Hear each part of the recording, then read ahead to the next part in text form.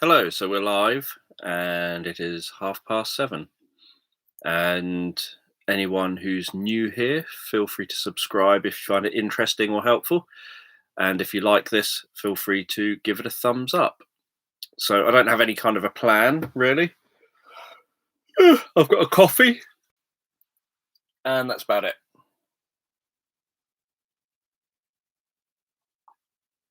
Hello.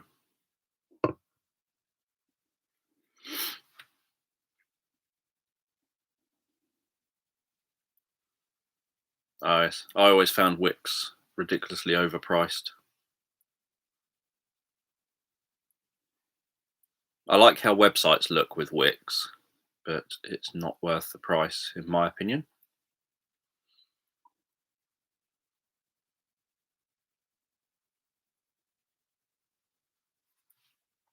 Just reading the last little bits of the live chat. Now I've come on here.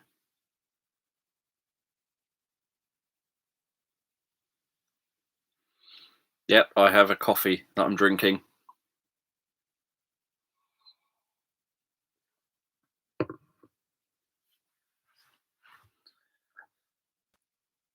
That sounds much cheaper than it used to be.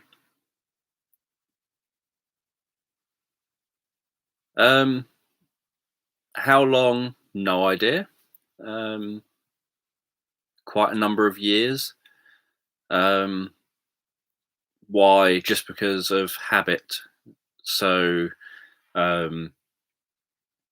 pretty much just use the same thing over and over again. So before this one, there was others I've used in the past, and then Abby will eventually kind of move me onto a different mug, and she'll just make me something in a different mug, and then that'll be the one that's always out, and then gradually that falls into the one that I end up always using.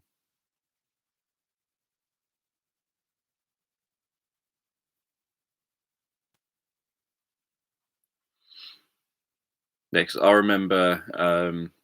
So I've had domains, had hosting with lots of different sites over the years. For simple blogs, Blogger was the easiest, just using Google's own Blogger if you don't mind literally keeping it really simple. And then all you do is you pay for the URL, the website address, and that might be like, I think, $20 or something. But you don't end up having to pay anything else with that. But it is really, really basic. If you're willing to learn, then obviously you can make it a bit more complicated. So Abby would adapt hers quite a lot by learning bits and pieces of how to do it. And so I ended up kind of moving on from Blogger. I didn't want to do WordPress for a very, very long time because I found it ridiculously complicated and far too much for my brain to handle. And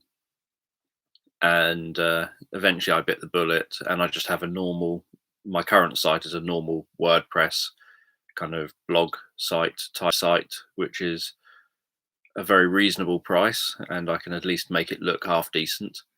But it lacks some functionality that I would get if it's a normal website.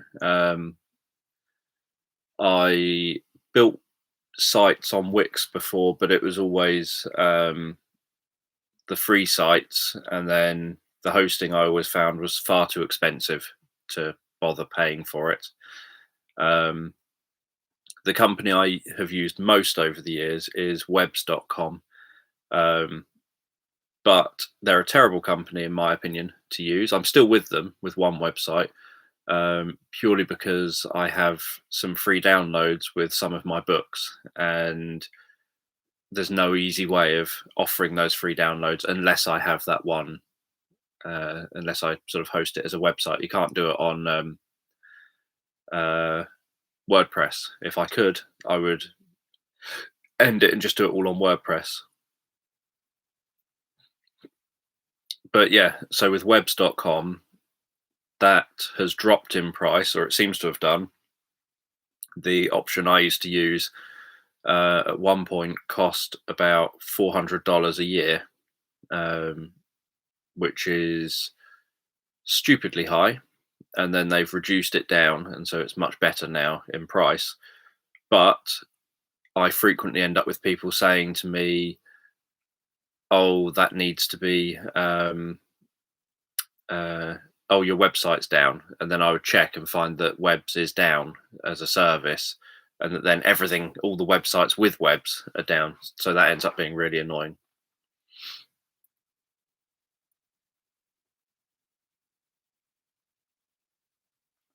And then obviously it gets frustrating because obviously I know lots and lots of authors, and pretty much all the authors have blog websites of some kind or another, or other websites, some self-hosted, some using things like WordPress or whatever. And they all have pretty much the same problem, that almost no one ever visits the website. People will, like posts when you share on Facebook saying, check out my new blog post. They'll like the post on Facebook, but never actually click through to it. Um, it ends up being that they would end up updating Facebook rather than updating their blog, because you would end up, Facebook, people would read what's on Facebook and just carry on remaining on Facebook on their mobile phones, rather than clicking off Facebook to go and visit another website, and then often they won't share it. And so that's kind of why I stopped sharing. I used to obviously do all the things you're taught to do, where you get taught to do a blog and then share everything onto social media, share it on Twitter, share it on YouTube, share it on Facebook, share it literally everywhere that you've got an account, to try and drive traffic to it. And it never, for me, never really worked. So I kind of stopped doing a lot of that. Do I ever get shouty? I don't know what you mean by shouty.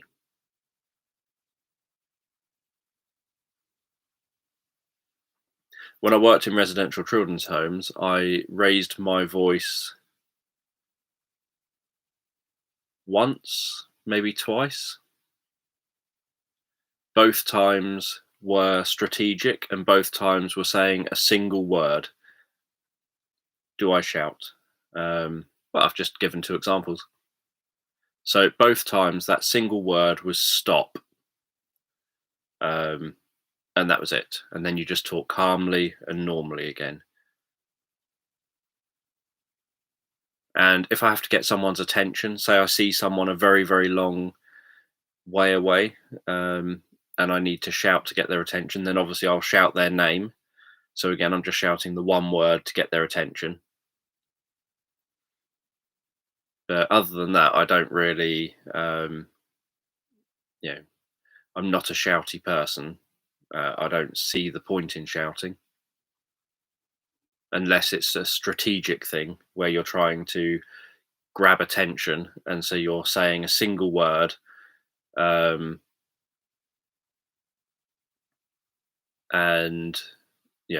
with that single word,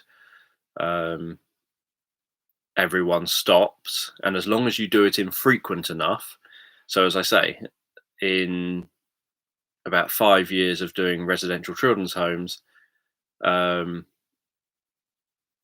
raised my voice to say a single word twice in 5 years, and that was with different children in the homes. So the same children had never heard me. So the children that heard me say stop the first time weren't there when I said stop the second time. So in all the time that the kids were in the home, they only ever heard me say, sort of raise my voice once in all that time, which is what then makes it work. Yeah, people don't pay any attention, but it also, yelling is a sign that you've lost control. It's like hitting a child is a sign that you've lost control of the situation. Obviously I teach lots of, or have taught lots of parenting courses, where a big part of it would be helping them to learn not to smack their children. That all you end up doing, one of the parenting courses that I used to teach included professional DVDs that were taken from fly on the wall real family situations. And there's this one family situation where, on the DVD, where there's a psychologist who is sitting down with the two parents, and they're watching footage of the fly on the wall in their household over the preceding kind of week or so. And the son um, goes to the daughter and says, "Give that back, give that back." The daughter's going, "No, no, I'm not. I want it," and doesn't give it back. The son hits the daughter and then takes the item off of her. And then the daughter starts crying. The dad comes rushing in, hits the son, says, "Don't hit your daughter," and then takes the thing off the son and gives it back to the daughter. And so then the psychologist pauses this video footage of this incident that's just that has taken place, and says, "What did you see?" And the mum and the dad say very proudly, "We disciplined our son for his bad behaviour. As you can see, we were right to do so. He hit his sister, so we disciplined him for that." And so the psychologist says again, "But what did you see?" And they say again, "We saw us putting good boundaries in place." And so then the psychologist says, "No, why did your son hit his sister?" "Well, because she took something that he wanted." "Okay, so she was naughty and he hit her. And why did you hit him?"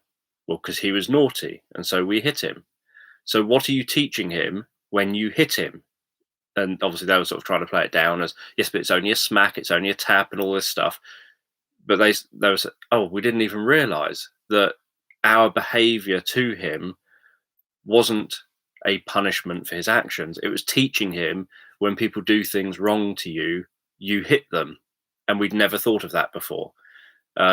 So that's one of the sort of DVDs that I would end up using on that parenting course, would be showing this and showing the parents who say, "Well, there's times that it's perfectly fine to hit your kid. What if your kid is about to run across the road? You need to give them a gentle tap to tell them not to run across the road."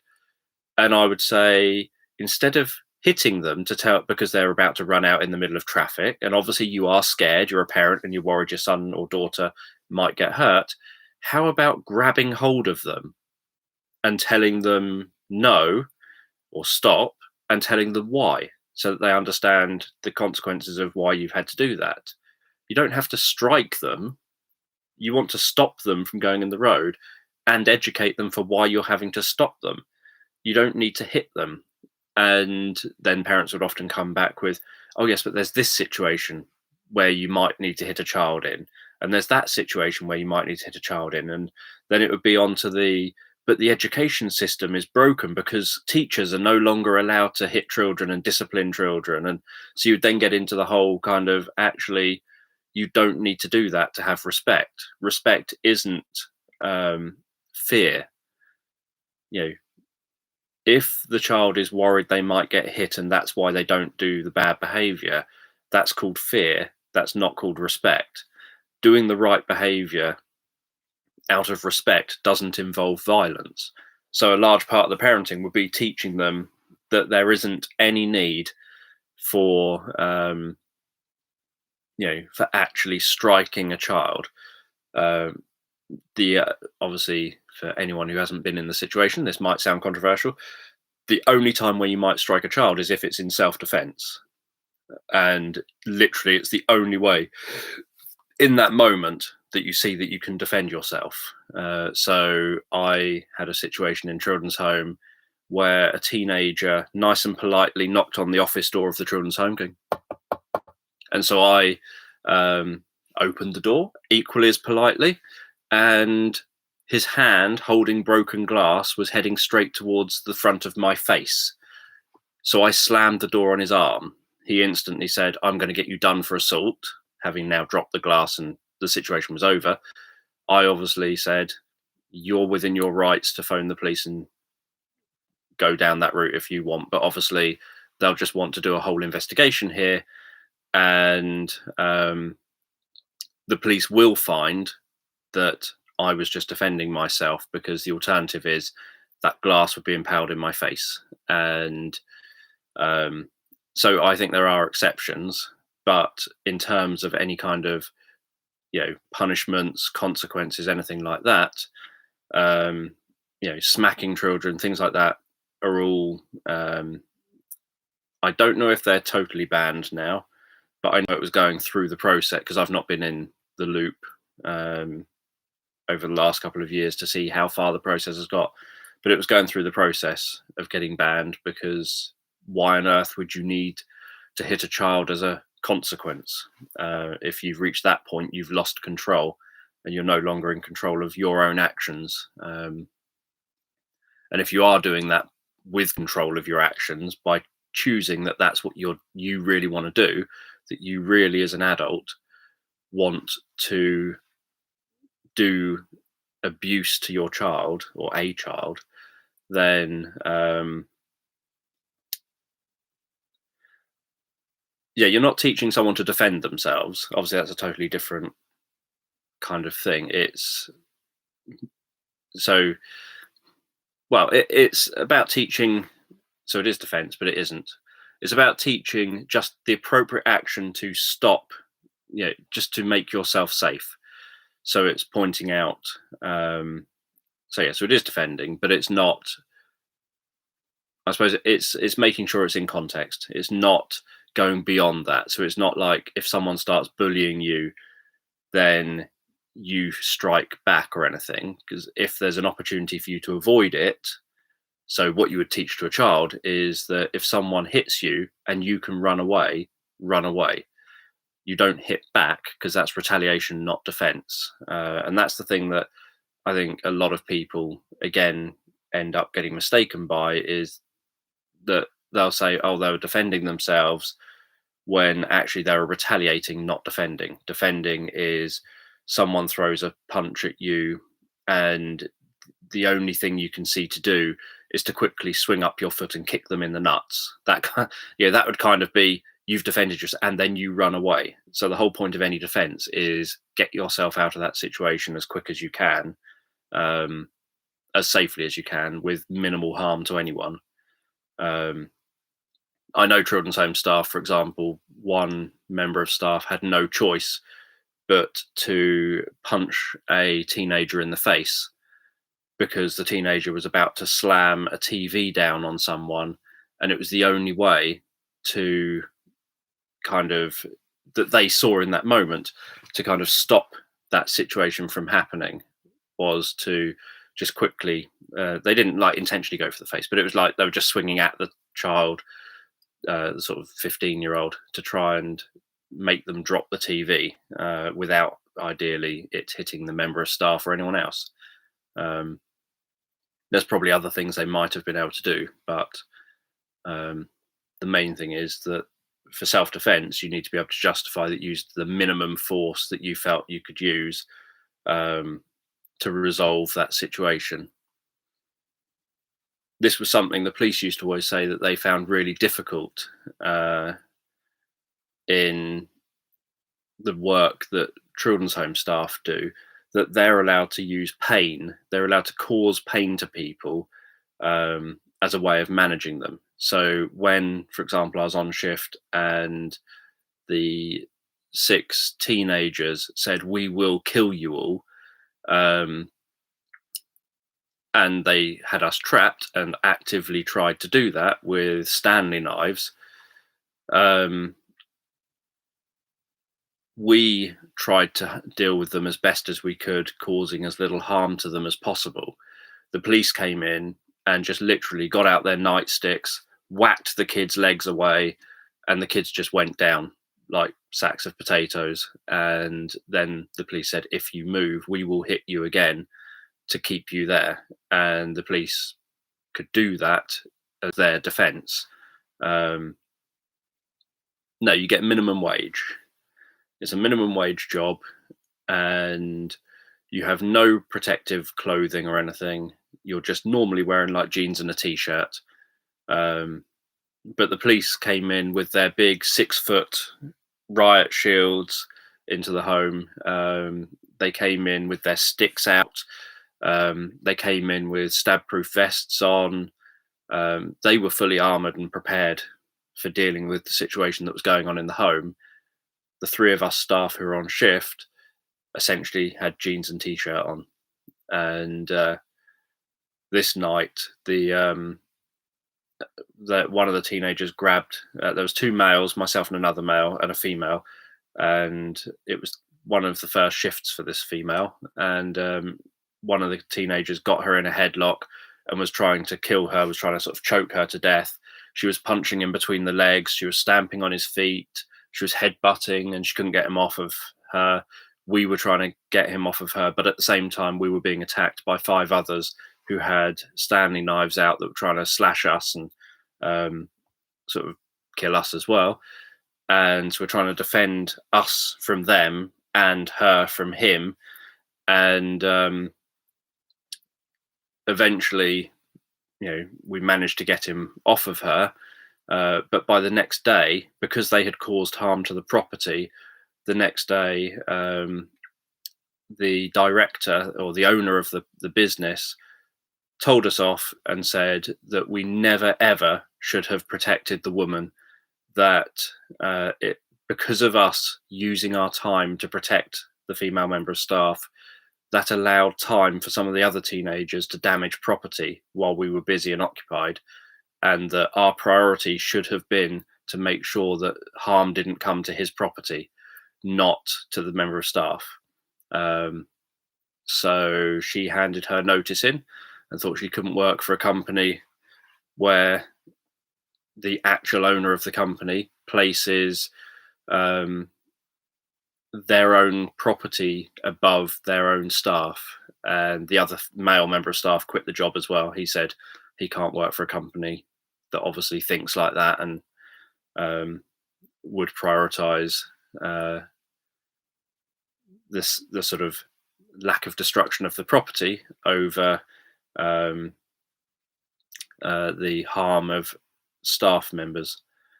But we had lots of stuff like that. I got in trouble along with some other staff a day when one of the teenagers got up on the roof of the building and was stamping on the tiles and breaking the tiles, and then was throwing the tiles down at the staff down below who were trying to say, come down off the roof. So myself and the other staff, we phoned the police. The police turned up and got the fire brigade and the ambulance to turn up. The ambulance said, if they fall, we'll come back, but currently we're wasting our time just sitting here. The fire brigade said, we're not going up on the roof and chasing the kids, because this child, because if they fall because we were chasing them, we will be liable. So if they fall again, call the ambulance. If they come down, then obviously contact the police. And the police said, there's nothing we can do. We've seen it, so we can prosecute for criminal damage because we've watched them doing the criminal damage. But again, there's nothing we can do. So when they come down, give us a call and we'll arrest them for criminal damage. And then a senior member of staff shouted up to them and said, oh, you wouldn't be able to hit us if you tried. And so now the kids started smashing even more tiles, this child did, and throwing them even more. By the time the situation ended, the child had done £15,000 worth of damage to the roof. And again, the owner of the business was very angry that as members of staff, we didn't go up on the roof, grab the child by the scruff of the neck and drag them down off of the roof, despite the fact that the police, the fire brigade and the ambulance had all said that would be a really bad thing to do. They're not prepared to do it. So why should we? So we got in trouble for that as well. So, yeah, but that kind of situation was incredibly common. It would happen nearly every day, something like that, when you're doing that sort of work. Well, eventually they're obviously going to come down. They normally will come down and just run away and disappear off and do their own thing. But they know they're going to get arrested the second they've gone up there and started doing damage.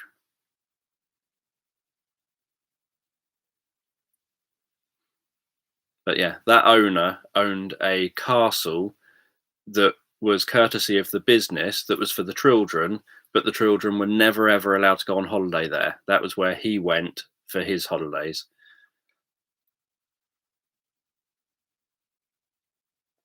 No, he never worked with them. His role was to make money.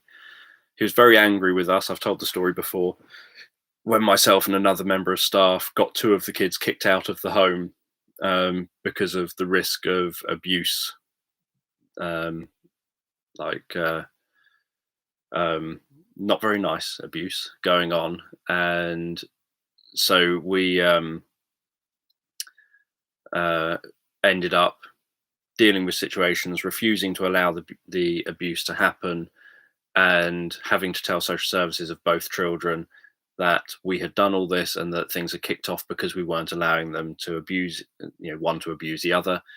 And so the social workers pulled the kids from the home, and overnight we lost the home a vast amount of money. We lost the home a few thousand, I think £6,000 or whatever a week overnight by our actions of not allowing abuse to happen. And so the owner of the company sent a memo to all staff around the UK, to all of the homes in the UK, saying it is because of Dan Jones and this other member of staff that none of you are getting a bonus this year. If you've got a problem with this, telephone them and blame them. It is entirely their fault that I will not be giving anyone in this company a bonus this year. So we got lots and lots of phone calls from all over the country praising us for our actions and the fact that we put the care of these kids above what the company wanted, which was to make money from these kids. So yeah, staff burnt out very quickly. Staff regularly ended up in holiday, in hospital. So one member of staff got kicked very, very, very hard between the legs, and something burst, and he had to spend a long time in hospital because of that. I know other staff who had to end up in hospital with stab wounds and with broken fingers and things like that. So staff would really struggle. A lot of staff would assume they could do that kind of job and would then find that actually they're not very good at remaining calm. So one thing you'd end up having to deal with as a member of staff, like there's one night where there was a teenager that'd been really winding up the staff, and three of us were on shift, myself, another member of staff, and the manager of the home, and of this specific home. So not the owner of the company, but the manager of this home. And the manager and the other member of staff were so angry with this child that they were wanting to beat him up. And so at like 3 a.m, I was stood in the child's doorway facing out towards the two members of staff, not letting the two members of staff get in to beat up the teenager, and the teenager leaning on my back saying, "Out the way, Dan, I can have him, let him in, I can have him." And at 3 a.m, I was thinking, I'm supposed to be facing the other way. I'm supposed to be facing the teenager, stopping the teenager causing trouble, not facing the staff who've lost their tempers so bad they're now just seeing red, and they now just want to harm this teenager because they've gone beyond being reasonable. They've now sort of tipped over, and that was quite a common occurrence as well, where you'd end up with staff just losing their tempers and really struggling to keep their cool when they've been hit and stabbed and all sorts of things that would go on in these homes. So it's there's a very, very high rate of staff turnover. As I've said the other day, for every 10 members of staff who I would teach before they come onto their first shift, and I'd be very blunt and honest about what it's going to be like when they come onto their first shift, 9 will have quit their job within 6 months. So they would go and get a different job. But the thing is, people look at care home jobs like working with children and teenagers, and they think, oh, those poor children, those poor teenagers, if I can just help turn their lives around. They've had such a bad, because they've Many of them have been abused, etc. They think, oh, if only I can get in, if I could do that job, I can go and turn their lives around. I can really help them. And then they end up on shift. They end up being, say, you know, kicked between the legs and slammed headfirst into a wall, and attacked with knives and broken glass, and having everything that's not nailed down thrown at them, and getting literally bullied for the entire shift by the teenager who's right in their face, goading them, really trying to wind them up, literally nose to nose with the member of staff, trying to get them to attack. And other members of staff obviously are trying to get in the way and to try and deflect this and what have you. And they just find that they're not as cut out for the job as they thought they would be. They didn't realize, even when I have openly and honestly on the training before, I used to have to do a 3-day training course with new staff before they started. And that training course would include escapes, restraints, different holds, all sorts of things, and the explanation about why you're being taught how to handle someone punching you, kicking you, strangling you, pinning you to the floor, all these different things. And most would still start, but find that it just isn't a job they can actually psychologically kind of do. That once someone's literally in your face for like 15, 20 hours straight, nose to nose with you, trying to make you hit them, some people just find they can't do that kind of role, especially when then you come on shift again 2 days later, and they're at it again. And the thing that would make it worse would be, sometimes members of staff would phone you up when you're on your day off and say, oh, so and so has said they're going to single you out and target you again on your next shift. And you think, that's the kind of news I'd rather hear when I come into shift, not when it's my day off. You don't want to have your day off taken up with thinking about the fact that you've got that to look forward to. You want to have your day off like normal and only start worrying about work when you're physically back in work. But you do imagine that you can handle things. There was a lad who, when he came into the home, his care plan, he had come into the home because he was on a manslaughter charge elsewhere in the UK. And his care plan said, if you ever say no to him, and if you ever try to put boundaries in for him, he will just see red, lose the plot, and will violently attack you and try to kill you. And that was what his care plan said. And so he ended up saying one day to myself and another member of staff how annoying we were that he couldn't get that, he couldn't see red with us, because we were able to remain so ridiculously calm with him that he could only work himself up to a certain point, and beyond that point, to actually see red and to be willing to do stuff that you wouldn't normally be willing to do. He said he needs to feed off of the person he's kind of getting aggressive with. And that myself and this other member of staff, he never managed to reach that point. He never managed to kind of wind us up enough to be able to feed off of us to get that angry.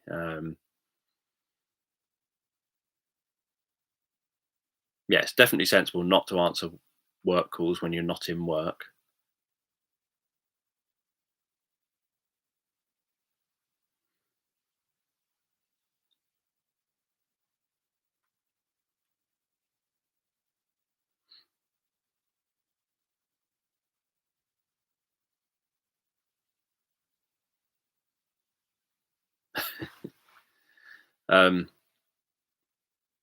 But if you could manage to work with them and support them, then over time, individuals would start to calm down. Because obviously, one large thing is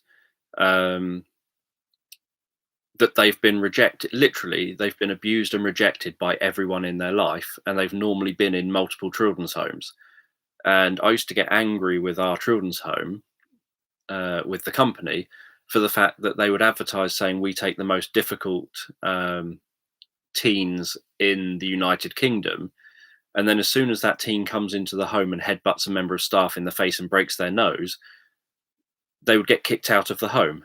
And my view was that we need to be pointing out that it doesn't matter what they do, we won't kick them out. Obviously, unless it's putting each other at risk, like the sort of abuse situation I mentioned. So yeah, so that's my view was that, and what you'd end up with is that they would come back if you stayed doing the job.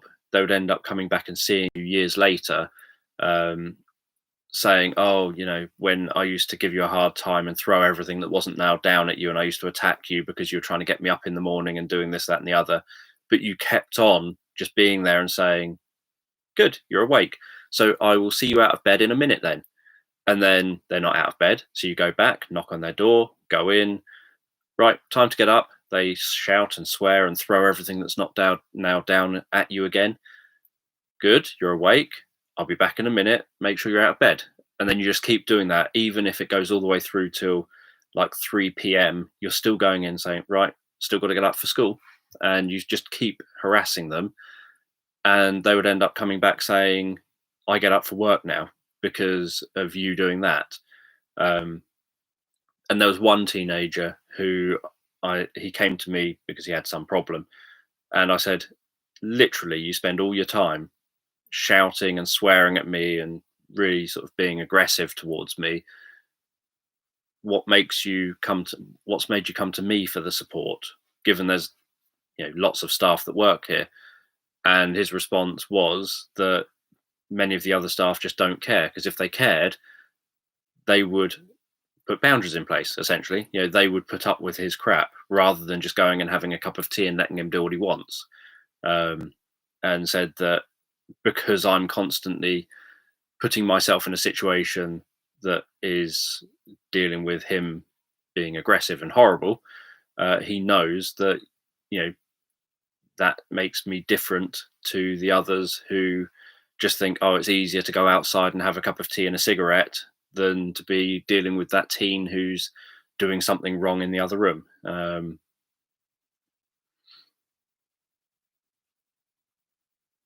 So it's about very clear and consistent boundaries. And when people end up saying, so obviously I've worked with lots of different parents, and parents will say, oh yeah, but that wouldn't work with my child because my child's autistic or whatever it happens to be.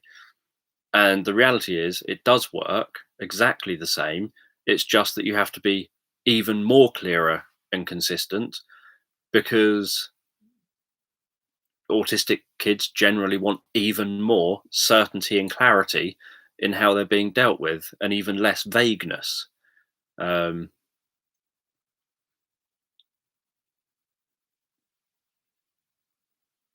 So yeah, what makes me belly laugh? Very little. I don't remember the last time I belly laughed. Probably one of the last times I belly laughed was when I was like 19 or whatever, and I watched Evil Ed. Maybe sometimes watching Would I Lie to You? Some of the answers on that are funny. I wouldn't necessarily say it's as far as a belly laugh, but it's I find it very funny. And the same with Peter Kay, like the misheard lyrics thing.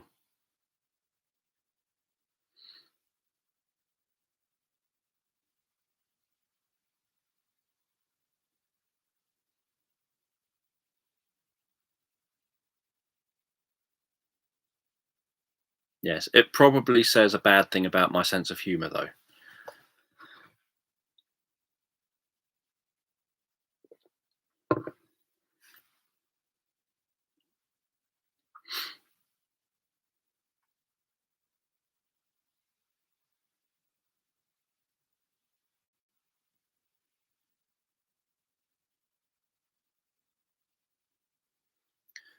Yes. So the approach to parenting, in my opinion, this should be the approach to management and all sorts of things. Um, but the approach to parenting is that you want to have an authoritative parenting style. So you don't want authoritarian. Authoritarian is high limits and low love. So authoritarian is like an army major that couldn't care less about you. They just want to tell you what to do. And the reason that you have to do it is because they've just told you to do it. It's not for your benefit in any way. It's you're doing it because I told you to do it, and that's the end of the story. Um, you don't want to be a permissive parent where you kind of, let the person do what they want because you think, oh, but I love them so much that they should just always be happy. So if they want to do that, let's let them do it. If they want to do this, let's let them do it. So a permissive parent is very low limits but very high love. So they'll have they'll kind of not be putting in the limits in place because of the fact that they think, oh yeah, but any kind of negativity is not good, and they see it as negative, putting limits in place. Um, then you've got neglectful parents where there's literally no love or limits. There's just kind of, you know, do what you want. I couldn't care less kind of attitude. And then you have authoritative parenting, which is high love and high limits. So you have high expectations of your child. You believe in your child, but you're willing to also listen to them, negotiate with them, etc. So if you say, you need to do this, and they say, but I don't want to, you don't instantly just jump back at them.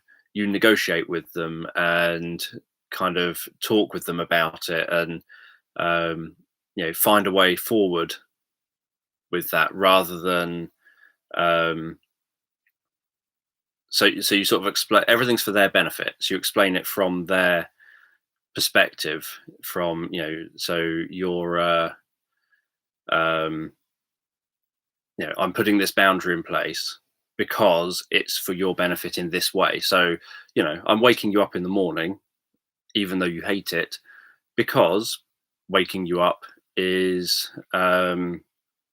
going to get you to school, is what's going to help you to get a job, etc.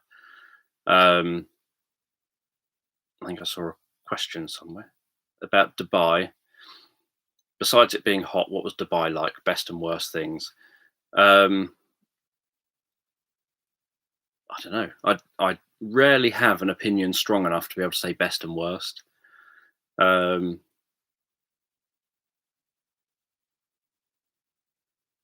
Nothing specific about Dubai itself, but obviously, like a best thing, so to speak, would be the quietness. So the fact that at least in the hotel I was in the room I was in, that was all quiet. There's most of the hotels, at least where I was, were spread out enough that generally everything's quiet, and they're large hotels, and so it's quiet there. I also like the fact that people aren't all drinking everywhere. You're not allowed to be drunk in public in Dubai, so you don't end up, unlike in the UK, where you quite often see, if you're out late, a lot of drunk people everywhere. And it can be quite, or at least I find it quite intimidating. Um, you don't have that problem. It's generally quite quiet. Um, then, so that's kind of a good thing. The worst is, I don't know, nothing's in walking distance. So you definitely have to jump into um, a taxi to go anywhere. But then the taxis were really, really, really cheap to go anywhere. So that's a bit of a pain, having to figure out, or having to be comfortable with the idea of getting a taxi and getting it from point A to point B and what have you. So other than that, there's I think in Dubai there's also that, Abby and myself, I think, and definitely myself, you want to just be able to walk along holding hands and things like that, and um, a lot of things like that are frowned upon. So you have to um, you're always kind of mindful that you don't want to break any laws or significant rules um, of where you are, and it's such a different kind of culture that although in the hotel areas and in the hotel grounds generally it's pretty much like being in any Western hotel. Um, Once you go out to some of the older places, it's not the same environment, really. Um, I think Abby found it perfectly fine. Um, there wasn't any reason really uh, to, you know, at least publicly, men are very frowned upon if they uh, do anything toward negative towards women. They're expected to have a positive attitude towards women, but at the same time, they're not used to seeing women wearing less clothes. So obviously, over here, it's got a bit ridiculous on how few clothes people can wear over the years. I'm not sort of saying one way or the other about that, whether that's sort of any kind of judgment on it. But the reality is that if you look at how people responded to, say, in the 1940s to someone and the 50s, to someone literally just moving their body, and then imagine that to the music of today and some of the things that are in music videos over the last 15, 20 years, probably even longer. Um, in our world, it's kind of who cares? Pretty much do what you want, how you want. Um, but when you're somewhere where literally you almost never see anything of someone, um, there is that element of sometimes people end up just staring, not in kind of I don't know, not in kind of a lecturous way or anything like that, but just because it's something they don't see and they don't know that they've just stared. They're not like, oh, look at that. It's just they don't know their eyes have just been drawn to why their eyes have been drawn to the person necessarily straight away. Well, that's how it seemed. Abby and myself had a couple of conversations at the times that we're over there where you would notice it. Like there's one video footage where you can notice it. Yeah, Elvis was frowned upon. But obviously over the years, there's other people who've done things that have been frowned upon as well. Yeah, a sort of curious. It's trying to figure out how to explain it. It's curious, but not. It's like it's just that it's like there's something unusual. It's oh, don't normally see people wearing so little clothes or whatever. Not that Abby ever walked around with very few clothes on, but you're in an incredibly hot environment, so you might have shorts and a t-shirt on, and you're in a hotel. So again, you go out, you're going out to the beach, so you've got shorts and t-shirt on, and then you're heading out down onto the beach or down to the swimming pool or whatever. I found it irritating having people constantly pounce on me in shops. I find that irritating anywhere, but over there, it's like there was a leather jacket I touched. It was like a cream, really ridiculously soft leather, and it looked ridiculously soft, and so I had to touch it, and so I reached out and touched it. And the second my hand made contact with the jacket, there was someone stood there saying, "Do you like it? So you're going to buy it? We can look at what the best deal is for you." No, it's okay. I'm not getting it. I just, we're taking a closer look. Oh, so you're not getting it yet, but you're going to. You really, really like it and you really want to buy it. No, especially not now that you're going on about it. And so all of a sudden it was like this person was constantly in my face about me wanting to buy different things. And so that's kind of irritating. And I don't know if that's more, I don't know if that's more common over there or not.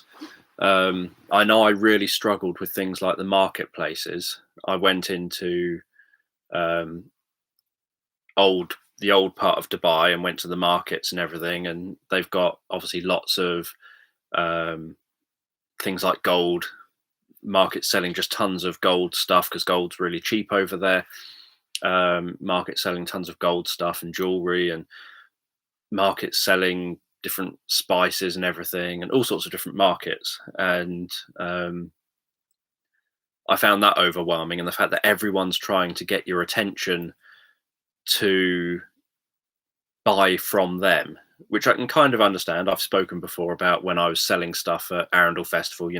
People are walking past, and I'm sort of saying, books by local authors. We've got great selection of books, and I'm sort of trying to sell them, and I'm calling out into the street or whatever. Um, but yeah, so I'm aware that wherever you go, there was a guy that used to be at Bognor in a market in Bognor that you'd walk past and they'd be shouting, £5.99 any bag, any holdall, and they would try and encourage you over. And then, like in Chichester, there's a person that tries to constantly sell you strawberries, just screaming out, "Strawberries! Get your strawberries here!" So yeah, so I'm aware that goes on everywhere. It's just when there's literally incredibly dense market, so there's vast numbers of stalls, it then gets even more overwhelming, I think. Um,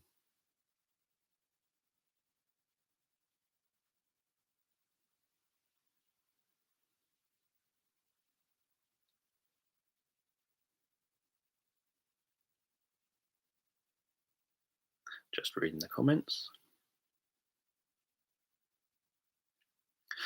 Yeah, so it is that kind of thing where I think it's a curiosity, like we don't normally see someone like you here, kind of thing, rather than um, an intentional, perhaps um, lecherous kind of thing.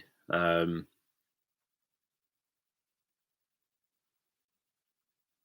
yeah, so this is also my 50th live stream in the last 51 days.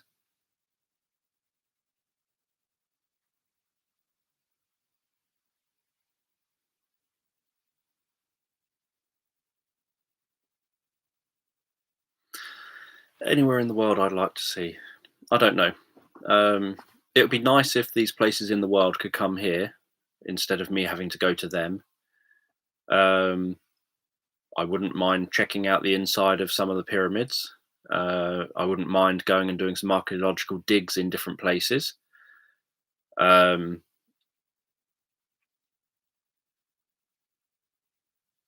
I don't know where else.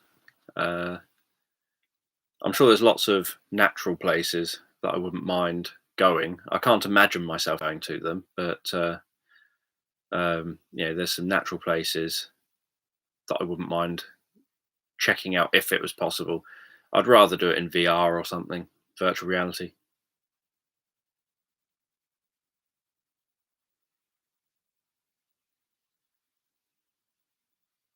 Yeah, I haven't done any stupidly long streams yet. Well, I say that. Obviously, each one's been 3 hours ish. They seem to end up going on longer than I expect, but I haven't done like a 12-hour one or anything like that. Um, and annoyingly, you can't do, as far as I'm aware, like a holding screen. It would be cool if I could do like a holding screen or something. Then I could do something like a 12-hour stream. Because obviously, I would need the toilet between all that.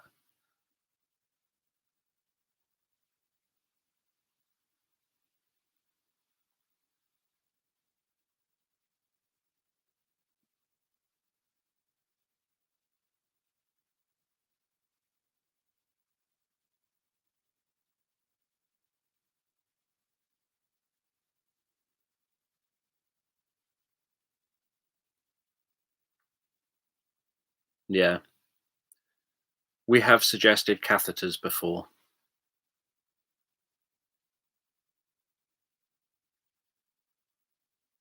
just like a random screen, a random slide on screen, so that if I was nipping off to the loo, you could have like I don't know, an image on screen, maybe some music that just plays in the background, so that it occupies you for a minute.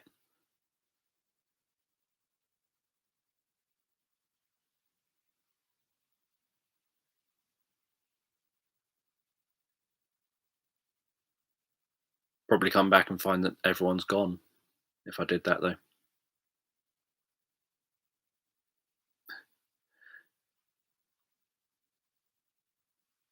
Well, it wouldn't necessarily work, but if I moved out of this seat, you would just end up seeing the bookcase anyway.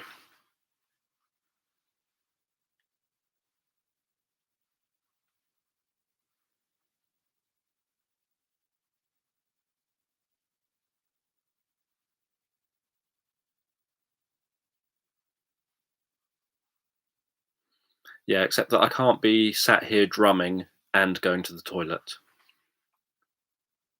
Technically, I can do those two things at once, but I wouldn't.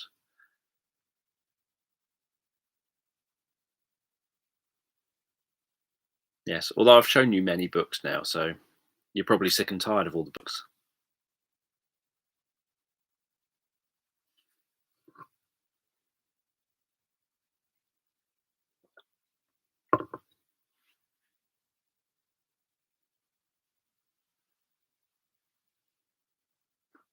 Yeah, there'd be a bit of an echo though.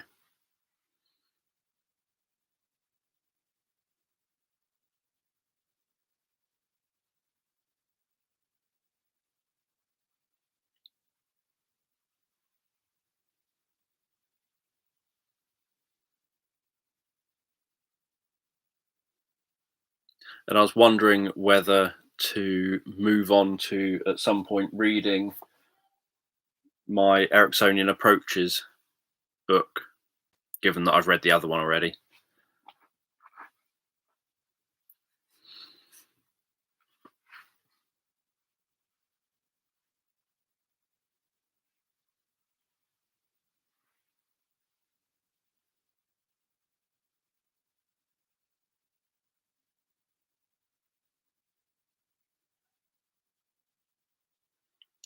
Um, I don't know. I don't really have any fear.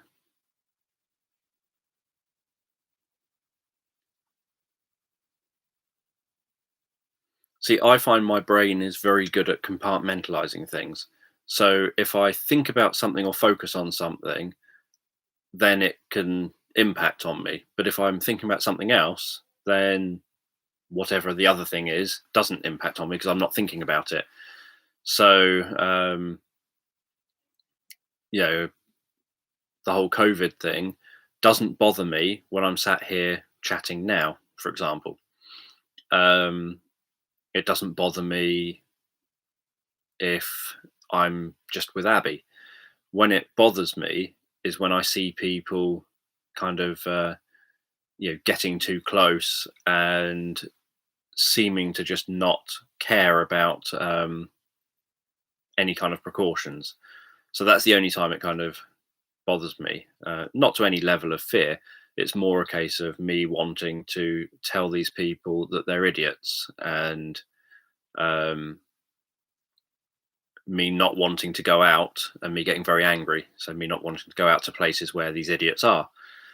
So other than that, it's not really, whenever I'm not focusing on it, it's not an issue. And this whole lockdown obviously has felt just like normal life largely, um, apart from not being able to get out to the woods.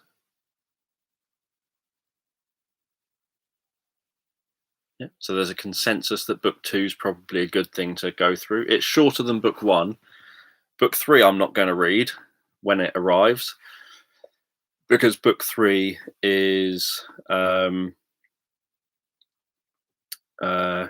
nearly as long as book one and book two together, and it's just scripts largely, which means that I would be reading Oh, pardon me, literally endless scripts at you.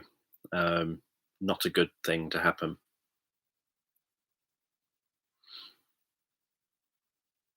Don't know. I don't use any techniques. I just my brain focuses on just one thing at a time. And I find there's lots of people who are autistic that generally their brain focuses in a very compartmentalized way, which is why they can suddenly end up with people saying, "Oh, they don't care," and it's not that they don't care; it's that at that exact moment in time, they weren't focusing on the thing that you imagine they would be focusing on. So, for example, when my dad died, when my brother phoned and told me that my dad had died, obviously I was sad in that moment because my brother was telling me. I was sad when I was telling my students because I was teaching a hypnotherapy course at that time. Um, but when I was then talking about something other than my dad, I wasn't sad anymore. Literally, it's like someone had just turned that switch off. I was perfectly fine again. And then I wasn't sad again until, well, I wasn't sad when I saw my dad lying dead in the hospice.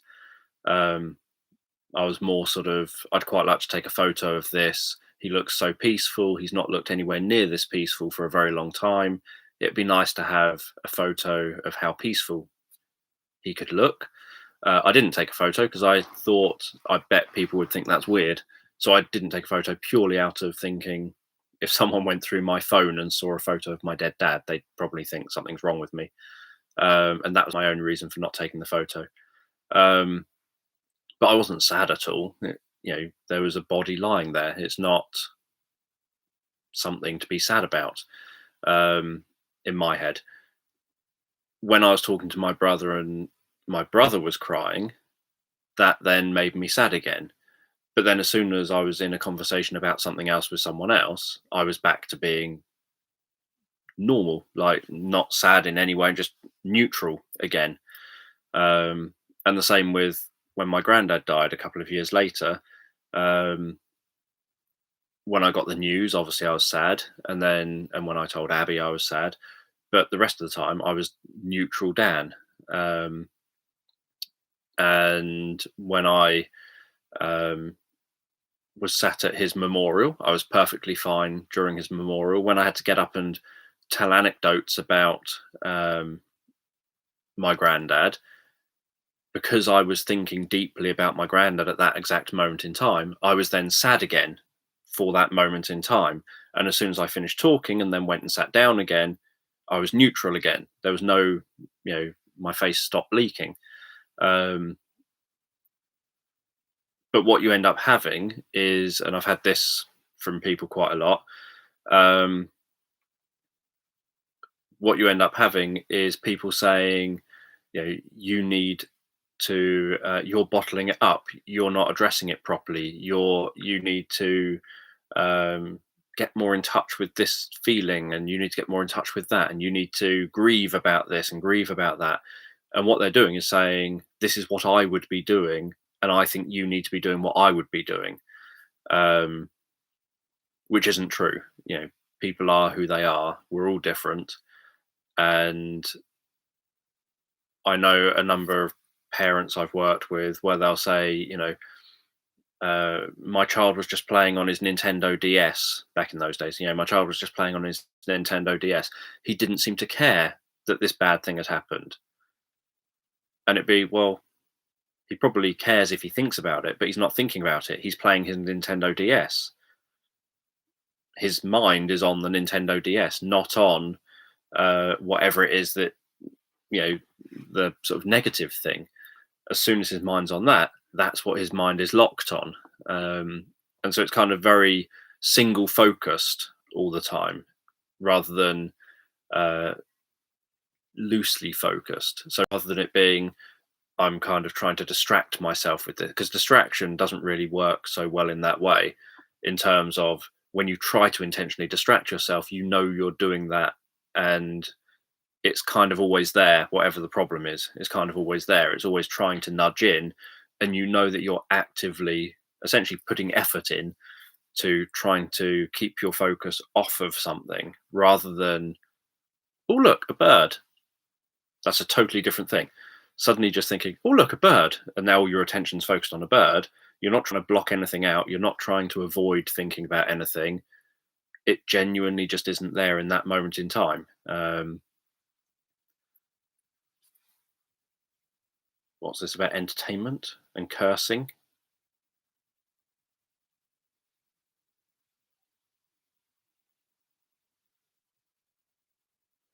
Uh,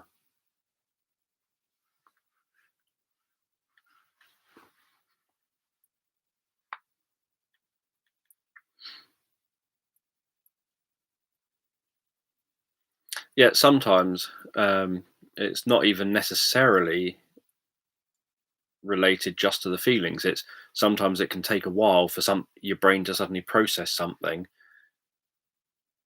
and let you know what that processing is. Um,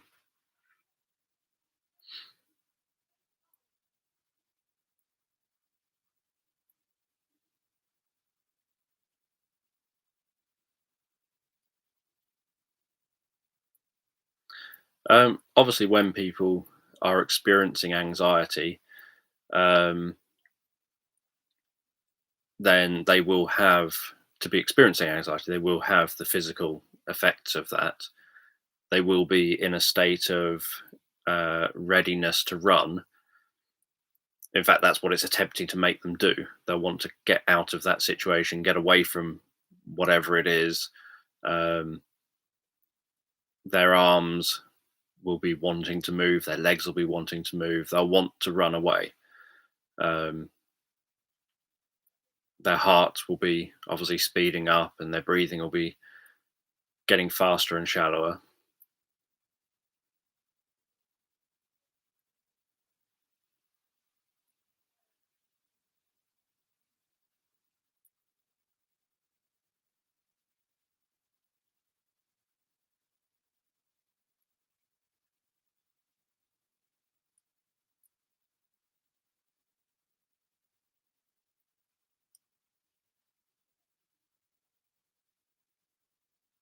Yeah, I've had that exact same situation where people have said things about like being pregnant, and you're sort of like, great, that's, good for you.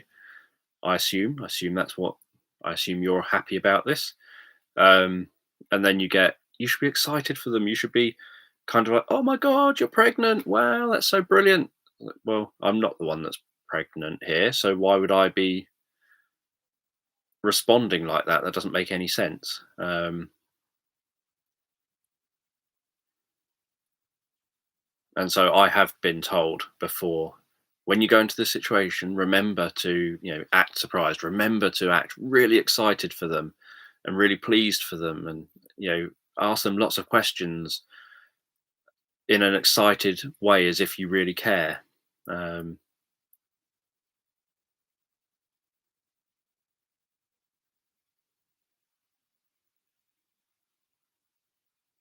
that would be news. Yes, it would be news to me. Um, it would probably help my YouTube channel, do my weekly updates, show my bump every week.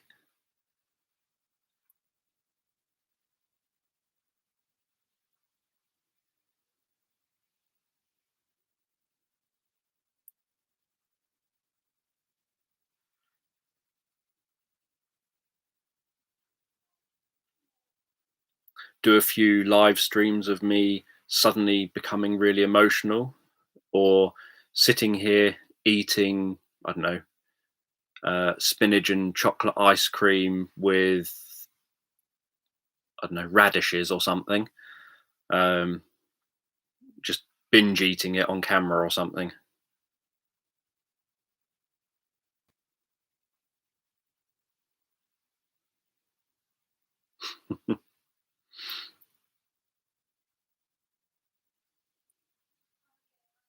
Yeah, but yeah, so I'd get the sort of messages of, um, you know, pretend that you're act like you're really interested. Ask them things like, um, do you know if it's going to be a boy or a girl, and all these sorts of things. The same when someone has given birth to a new child, and you're told, when you see the child, show that you're really interested. Ask them what it weighs. Ask them all these details. It's like, I couldn't care less what it weighs, assuming it's healthy and it's not in an incubator somewhere, and they're holding it. Then it's probably okay. It doesn't really. What difference does it make what it weighs? It's a baby. It seems to be healthy. It's going to weigh something different tomorrow.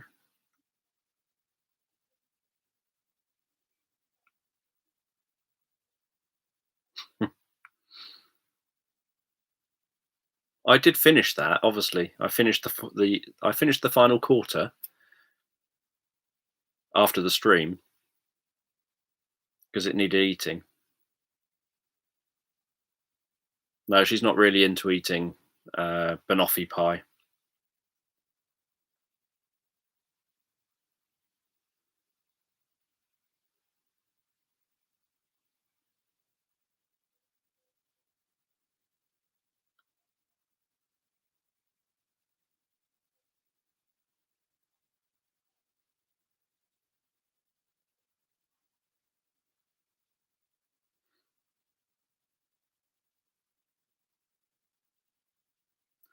I did accident. This is when I was much younger. I was working at Butlins at the time, so I was like 18 or something, and two members of staff had a child, um, and I did look at the child and think, and I did say to them, "Wow, your child actually looks like they could possibly grow up to be a normal-looking person." Um, and then I did kind of say, but obviously that's you know at least hopefully it's not based on your faces or something like that. I can't remember what I said, but I suddenly realized as soon as I said it that what I had just said could be taken as offensive when I was trying to say you're both ugly and your child isn't.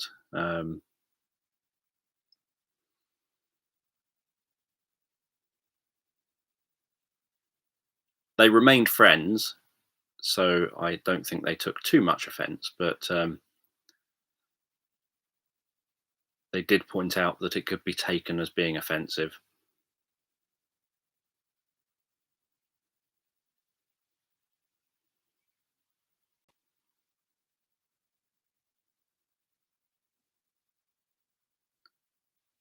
I think they were talking about there was a stream where Abby was on here, and before coming on the stream, I had eaten, because it needed eating that day, 3/4 of a banoffee pie, which was well, the measurements on it say it's 8 portions in the box. So it's a banoffee pie you buy in a box that's frozen and you defrost it, and it said it was enough for 8 portions, which is always incorrect, but because I'm the only one that eats it, and it has to be eaten on the day it's defrosted.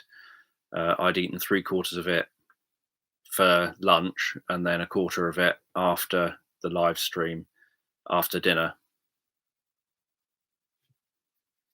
It's essentially banana, toffee, crushed digestive biscuit type of base, and kind of creamy slop on top. So it's just a sloppy mess that you're eating. So it's like water. It's kind of it's runny.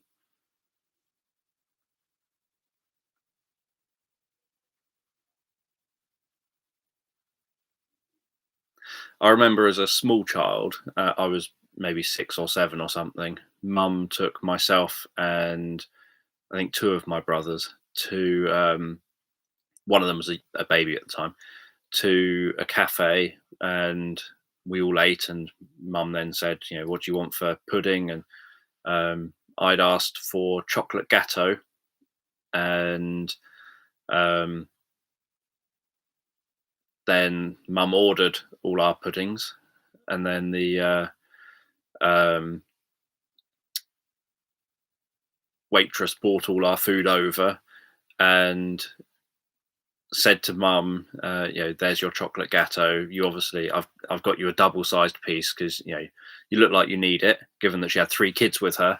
Um, and mum sort of said thank you, and obviously it was for me. So I then sort of, as a 6-year-old, was eating this giant piece of chocolate gatto. Um,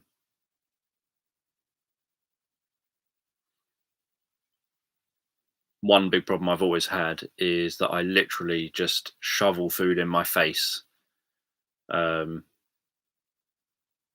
Chocolate gatto is kind of, I don't know, lots of chocolate flavored junk stuck together in a cake shaped thing that's just sloppy all the way through virtually. Um, Sometimes you get some sponge in it, sometimes not. Um, Again, it's like water. It's very liquidy, the same way ice cream is. It's all just sort of liquidy and water like. Um, but yeah, so I've always had a bit of a problem with just overeating, or at least I don't go out of my way to overeat. I eat what's in front of me. Um, so when something's in front of me, I just assume I'm supposed to eat everything. I kind of have two groups: either it's solid or it's like water.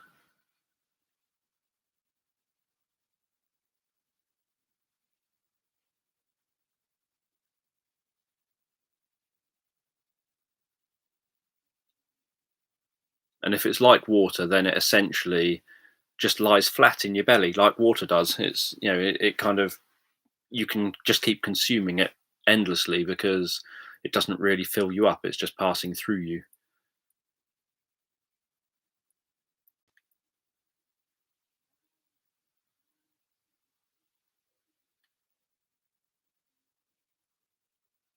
I remember one night when I was working in children's homes. This happened more than one night, but one night in children's home, myself and a member of staff were doing. You have to do every job in a children's home. So you have to do all the cooking, cleaning, caring for the kids, everything. You don't get breaks in children's homes. Your break is if the kids behave long enough, you can get to sit down with them for a bit of time. And um, one day I'd made whatever it was on the menu for dinner. I'd spent ages cooking dinner, preparing all the stuff, cooking it all up. I hate cooking anyway. Did all that hard work. The kids kicked off just as the food was on the verge of being fully cooked. We then had to go and deal with them, and we end up having to do restraints and all sorts of other things. The food got burnt. The food ended up in the bin, and because it was all burnt, so I went to KFC. I bought myself a bargain bucket, which is like 12 bits of chicken, 8 portions of chips, and a Viennetta. That's another essentially watery type. It's like drinking water. It's essentially an ice cream thing. A Viennetta, and I sat down at the dining room table and ate my way through the 12 bits of chicken, the 8 portions of chips, and the entire Viennetta. And the kids were moaning and whinging. And I said, there's literally bread in the kitchen. You can make yourself toast. I cooked you dinner. It's in the bin. So I've done my part. You're teenagers. You're capable of cooking. You can do your own food now. And I just sat there and ate the Viennetta and ate the bargain bucket and the Viennetta and everything. I know I hate cooking and I end up cooking. Nearly every context I end up in, like in care homes, I would nearly always end up um, having to be the one doing all the cooking, making curries and making all these different things. I worked in a seafood restaurant um, in Bognor Regis on the seafront, and it was because I needed the extra money. So I worked as a second chef for my dad's best friend. Dad used to be the chef there, and my dad's best friend used to be a second chef. Dad then left, and his best friend then became the chef. And I was looking to make more income, and so I ended up working as second chef for him, kind of preparing different seafood meals. Um, So yeah, so I end up constantly kind of. I find cooking very easy to do in terms of the actual physical process of doing it. Just ridiculously stressful, a horrible experience, and it's almost as bad an experience as eating the food afterwards.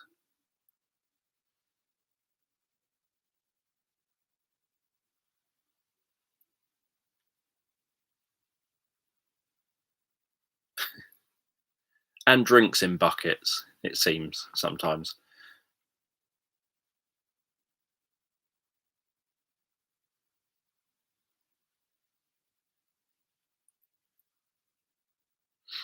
And Abby doesn't like cooking, so at home I pretty much do the cooking dinners and everything.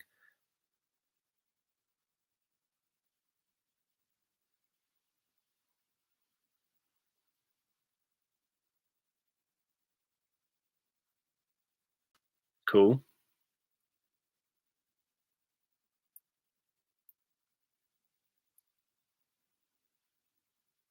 Yeah, microwaves are a good thing. I was making microwave crisps the other day. Yeah, probably be a bit much to fly you over.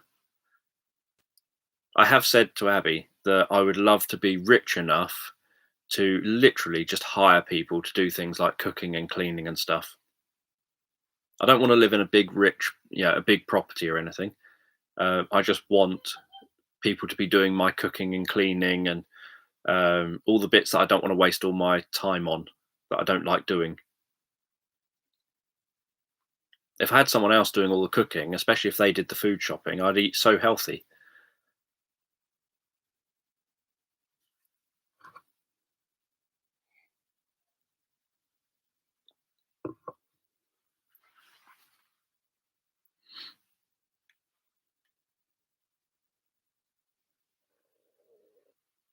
Yeah, I'll ship everyone over and set up a retreat. I'll live somewhere where I can have a retreat, and then for payment for staying on the retreat, people can just come in and do odd jobs for me. How do you make microwave crisps?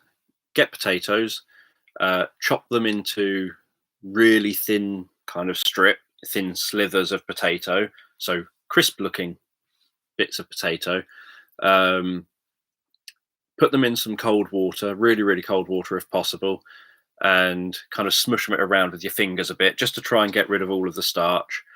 Then dry them out with some kitchen roll so that it's not just soaking wet bits of potato.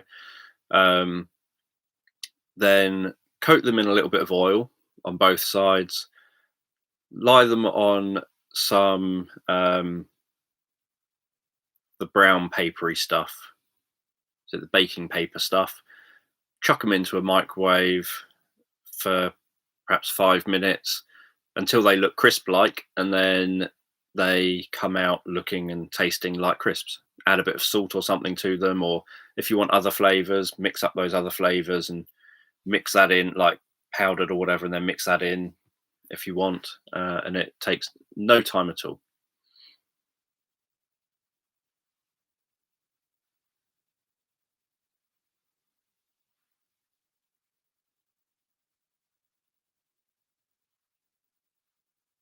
Yeah, see, everywhere I've worked, I've had to do the cooking as well as all the care.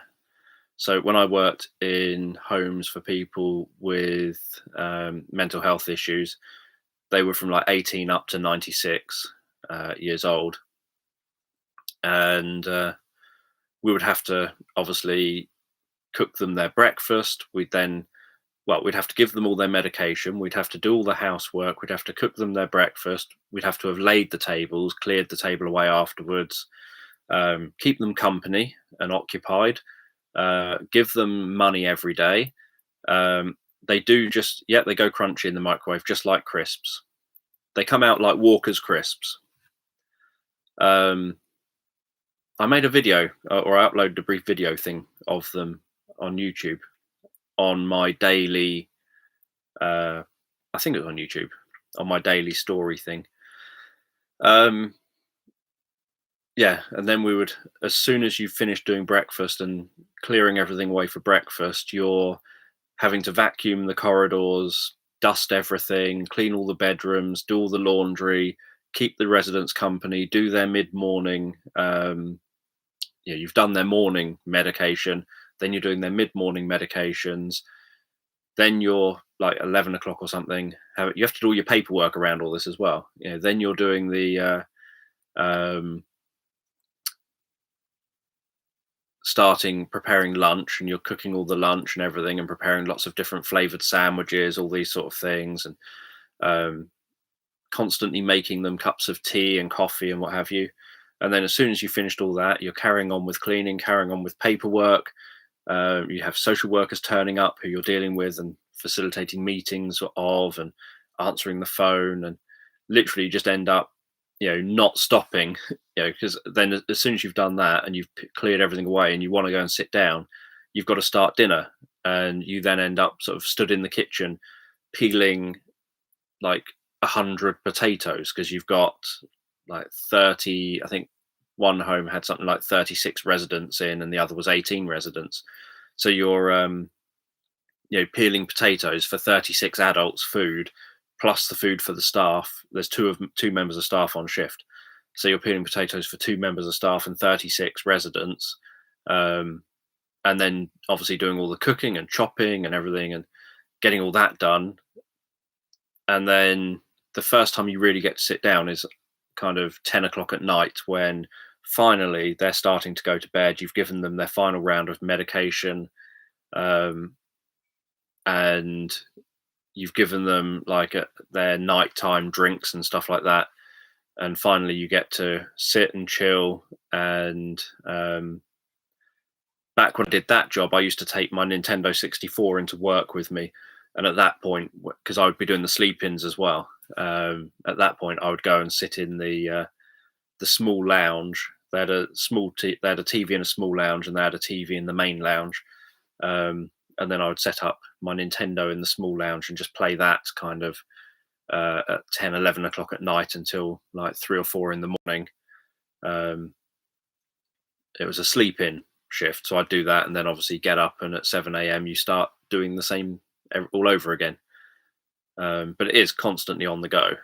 Um, I know some homes I've seen where they have staff specifically who come in and do medication and stuff, and other staff who, um, whose job it is just to go and be the cooks or whatever, and then other staff um, do all the housework. And but those homes are very few and far between. If they can get away with having as few members of staff do the work as possible, they obviously then pay less money. Yeah, I used to have to. You'd have the pharmacist would arrive once a week with a big thing full of all of the medication packs, and then you would obviously punch your finger through like Monday morning or Monday 8 a.m. one, and punch your finger through, and then you'd give them the medication for that day for that individual, and then you'd get the next pack out that's got the next resident's name on, and you punch your finger through and give them their medication for that time. And so yeah, you'd have to give out all the medication and everything. um, but legally, obviously in the UK, there had to always be two members of staff on shift at all times.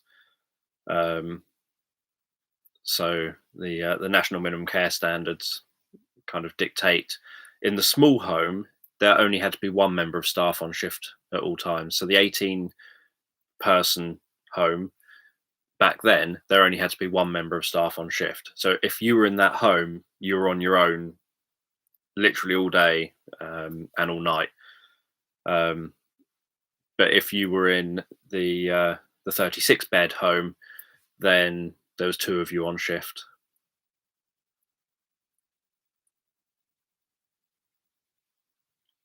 Yes, as someone who's not very good at dealing with people, and don't particularly like dealing with people, and like to avoid people as much as possible, and ideally scare people off if possible, um, it is a very difficult thing to do. But at the same time, when you just need an income, you go and give these things a go. Um, yeah, so there's 18 of them. and they'd have things like schizophrenia, um, bipolar, uh, psychosis, um, all sorts of different kind of issues, severe OCD. Um,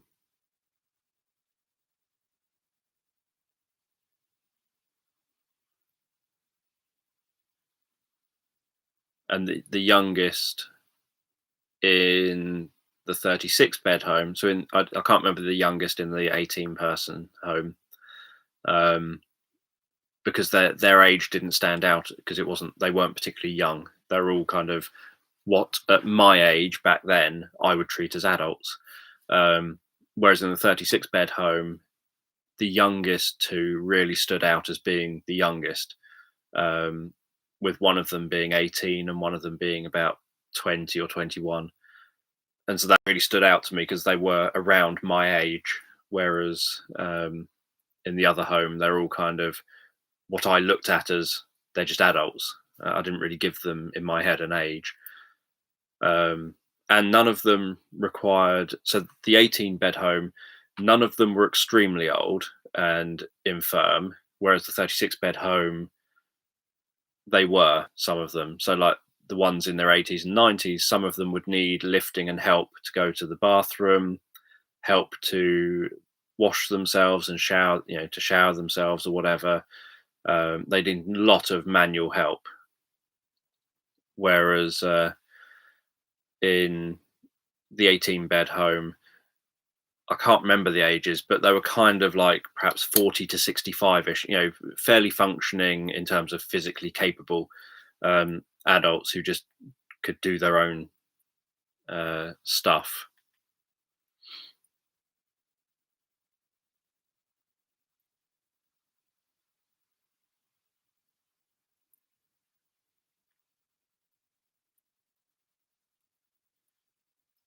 And obviously you have to write uh, paperwork for every single resident saying what every single person has done throughout the entire day. So you have to make sure you're constantly keeping that up to date, doing a daily logbook plus the logbook for every single one of the residents, and what they've been up to.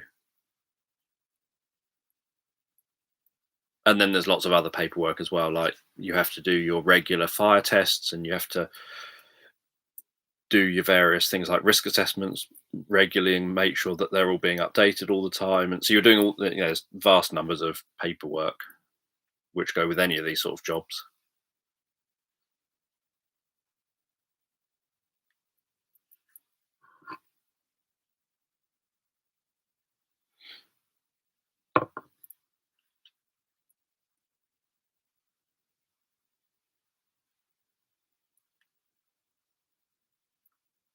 But of the care work I've done, I preferred working with adults compared to when I worked with children and teens.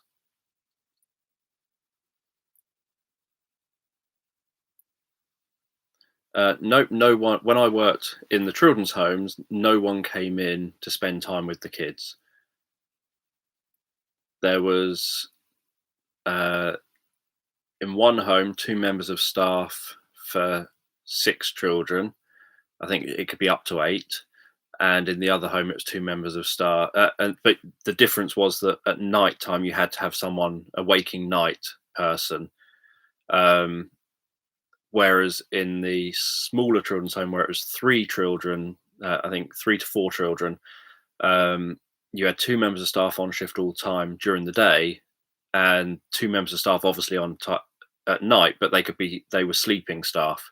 So at night time, you would just go to sleep.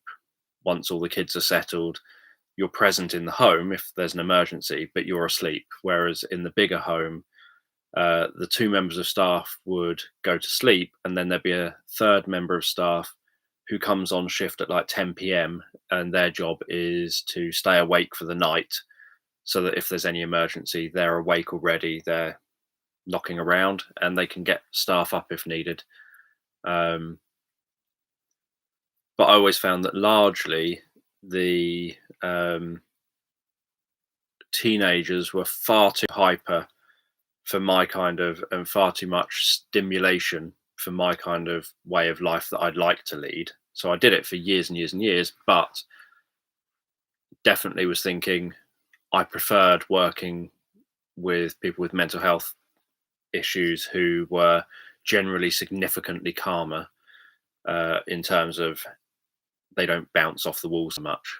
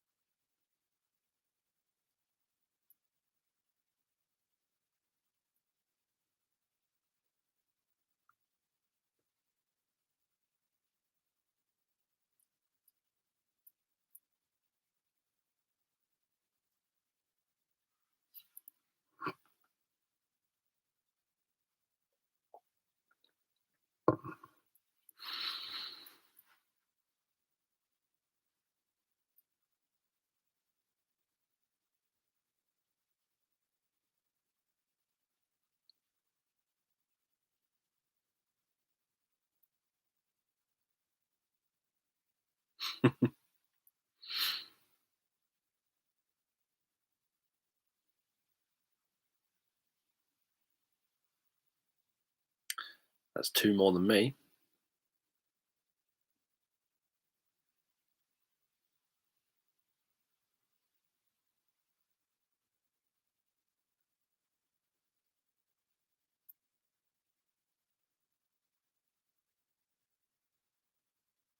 Hello.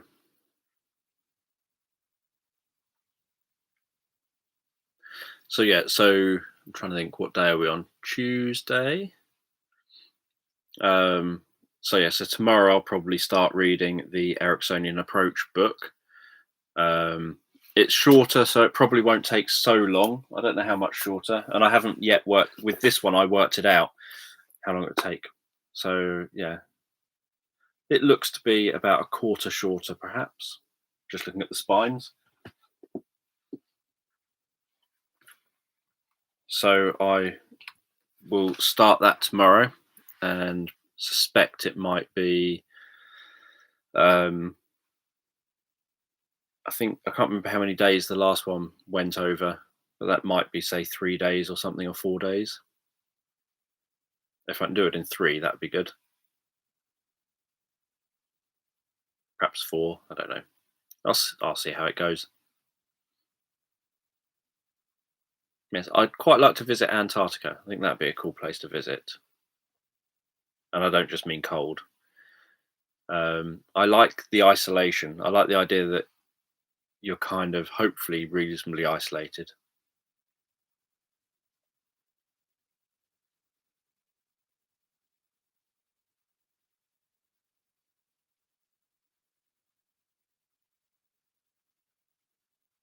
You could always then take a peek over the wall, maybe get a photo of yourself next to the firmament.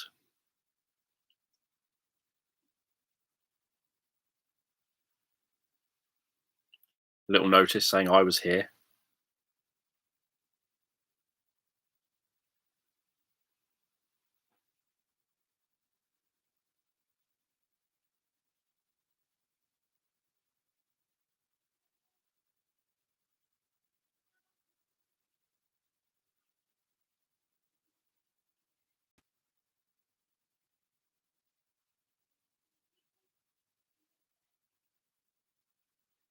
Yeah, I don't really have any kind of a bucket list.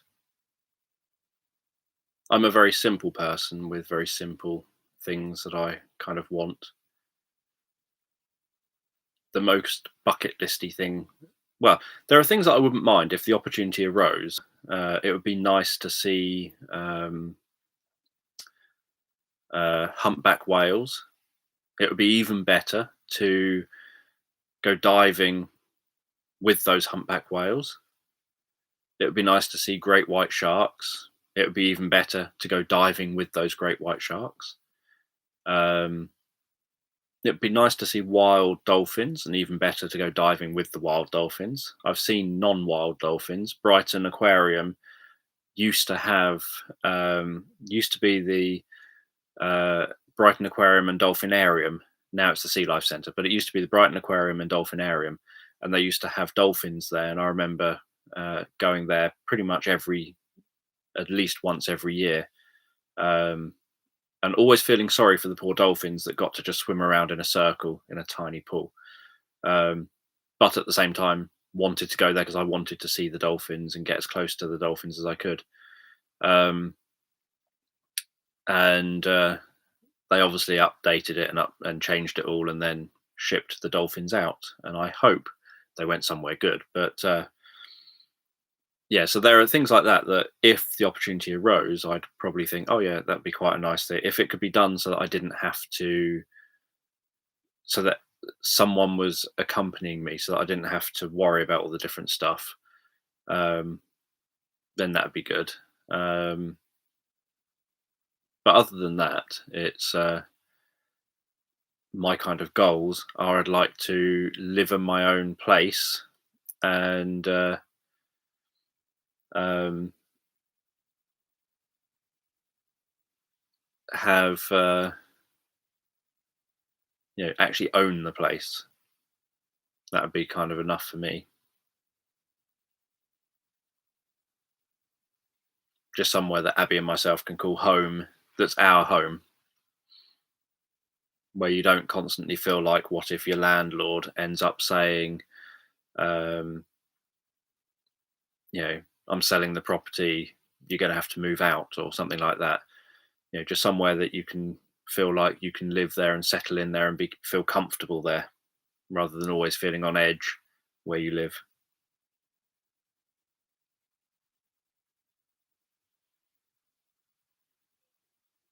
But I achieve a lot. I set out to achieve a lot. I set out to achieve more than I achieve, but I do that on purpose so that I know I don't run out there's no point in sort of thinking, right, let's set myself the goal of writing a book. And then I write the book and I realize I've got 9 months of the year left.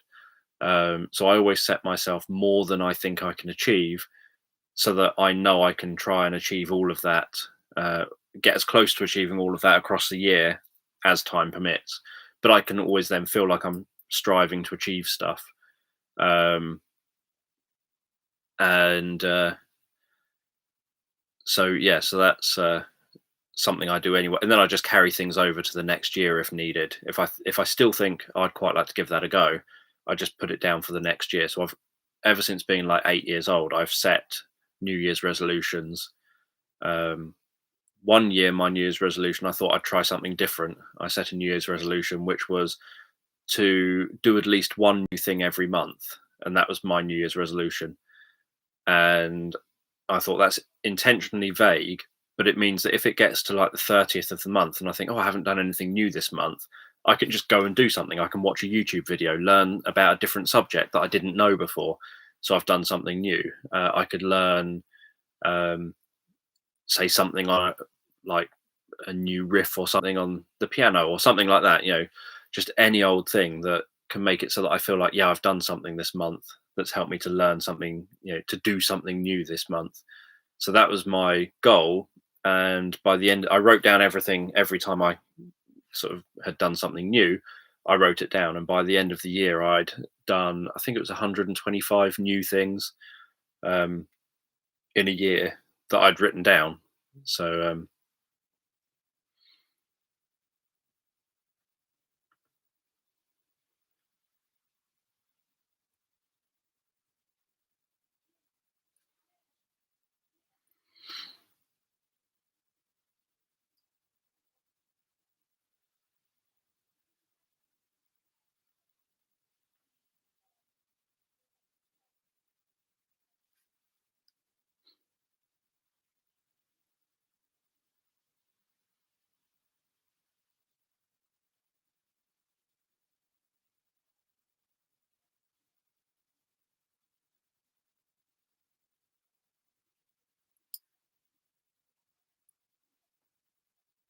yes, I wouldn't mind learning lots of other languages. I think that'd be quite cool.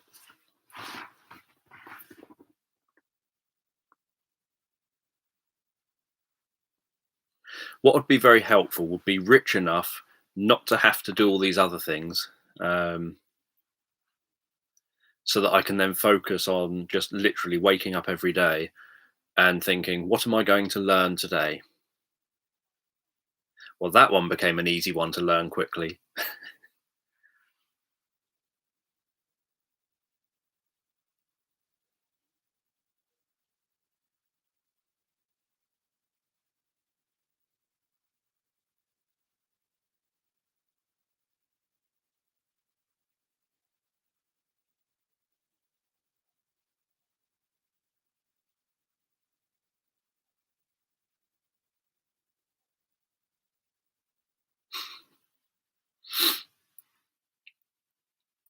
See, that's something I quite like about language, that if you can learn um, certain languages, you can then get a grasp of um, a wider range of languages just by obviously finding some of the similarities first and then kind of building on things.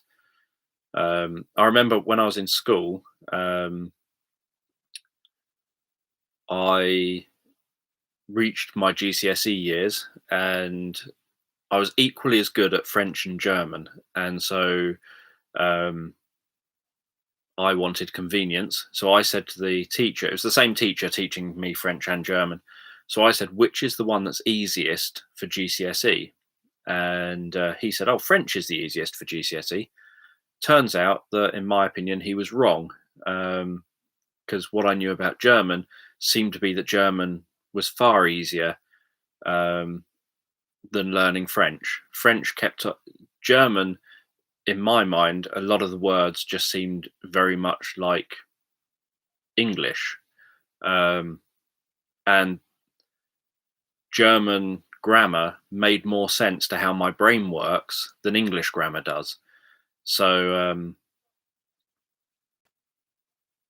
yeah, I sort of had wished that I'd taken the German route, whereas French just made less and less sense to me the more I was learning it.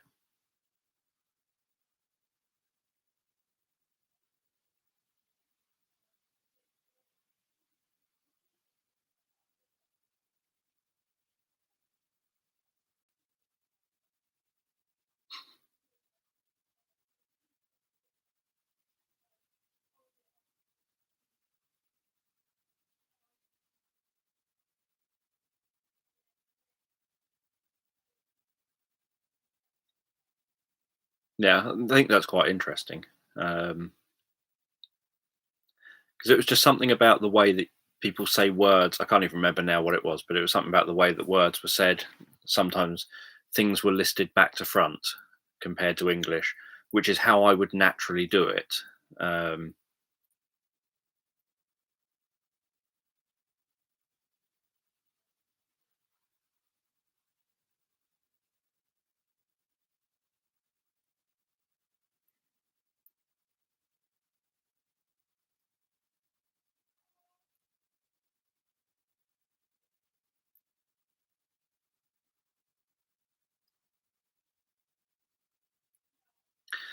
if I was transforming, it's not something I'm very commonly asked. Um, if I was transformed into another animal, if I was to choose the animal, it would probably depend on the situation. Nowadays, there's a high chance I'd probably want to be transformed into something like, I don't know, a bowhead whale or something like that, some kind of long-lifed, whale that lives for hundreds of years, um, that has a very slow pace of life.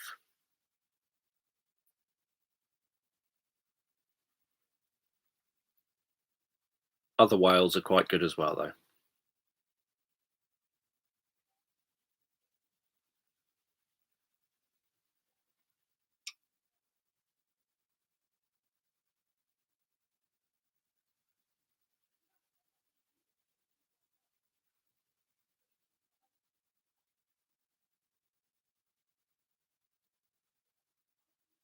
And obviously, it'd be no good wanting to turn into a whale if I was in the middle of the Sahara.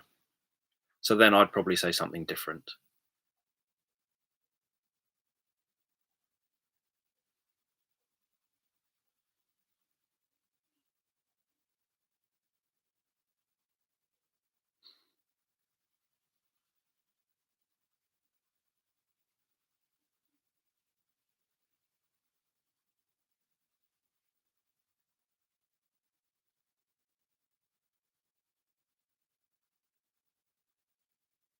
But yeah, there are some whales that live up in the Arctic, and that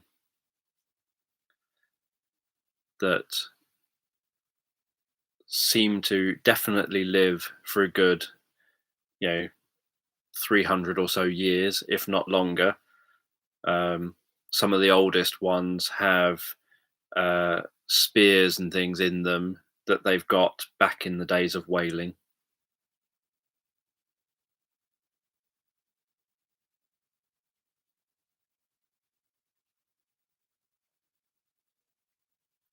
Well, sometimes you need a left field comment, something I can answer, rather than watching everyone have their discussion. It's nice, everyone having discussions, but sometimes I feel that I'm staring at the screen and anyone else watching is thinking, oh, Dan's staring at the screens. That's what the stream is. Look into Dan's eyes for a whole stream while he sits in silence.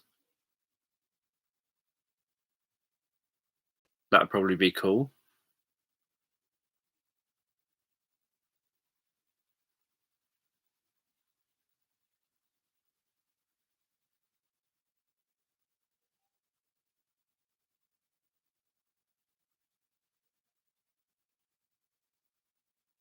Does the scar curve, or would it have to be an orca that's a larger orca, or how would it work?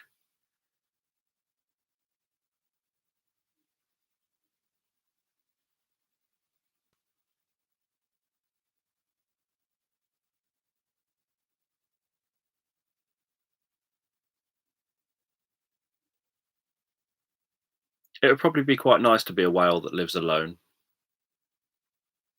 The less contact with others, the better, generally.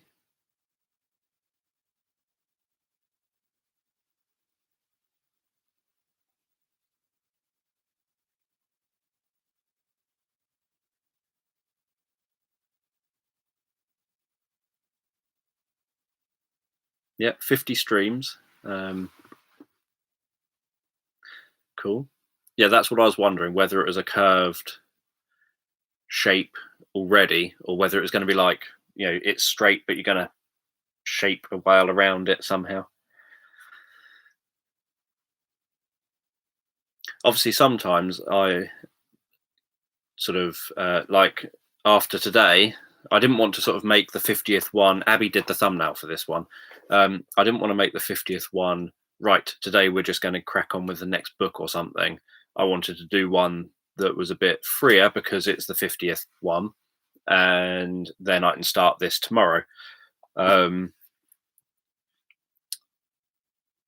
But as I've talked before about that sometimes it's easier to do something like say, right, I'm going to read a chunk of book and then we can talk about stuff afterwards, because then it includes that it includes something to trigger some kind of conversation, and it gives something that people might think, oh, actually that's interesting, I'll stick for that. Likewise, if I've got things to show, like I've done one on Darren Brown products, one on Dr. David Lewis's stuff, one on old books, one on different hypnosis books, etc.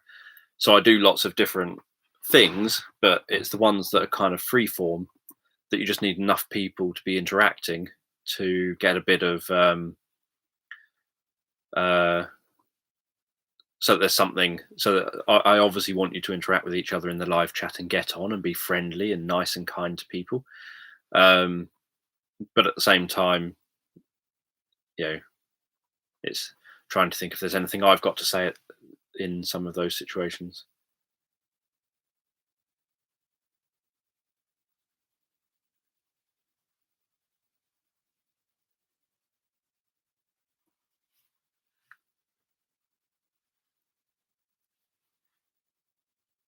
I am obviously always thinking.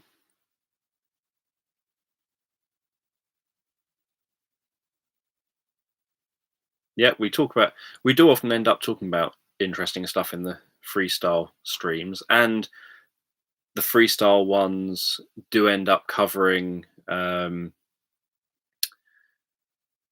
topics that I wouldn't have just thought of off the top of my head.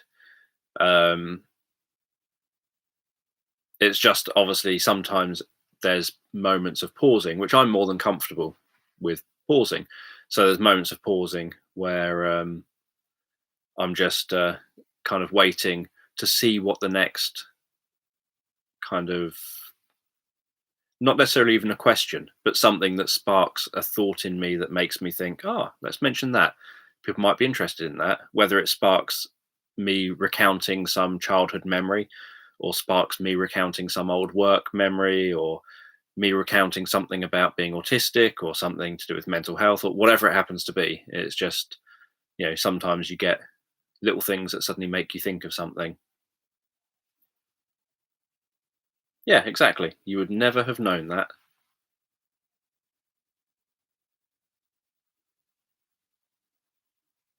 Yeah, it's 50 streams in 51 days. So we've been locked down here in the UK technically. So from the night that it was announced, I did a live stream, and then I started these ones straight away the next day.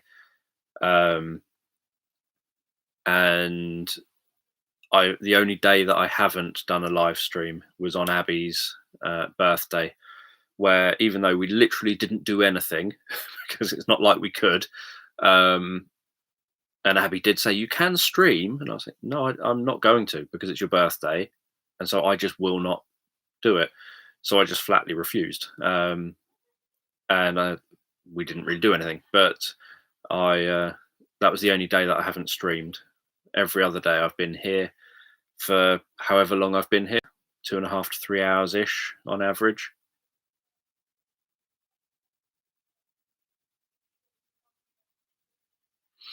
You say I can't talk straight for 3 hours.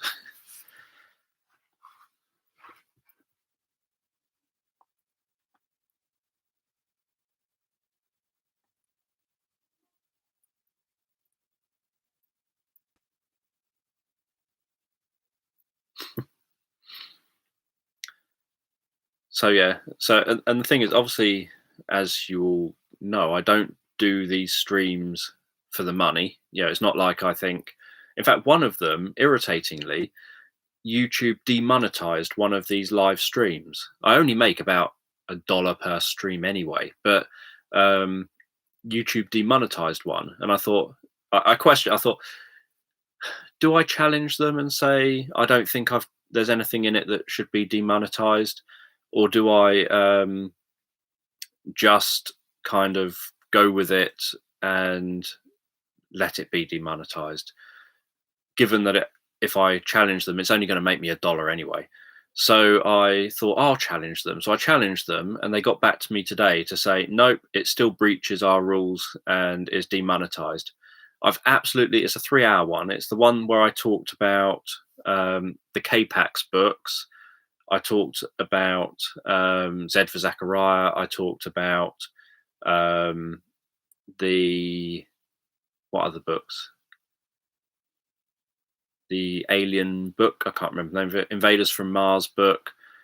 No, it wasn't that. So I talked about all these books, but I intentionally, for example, when I talked about the Invaders from Mars book, and I said I read this as a child, and it was the first book I'd ever seen with a swear word in it, I intentionally didn't say the swear word even.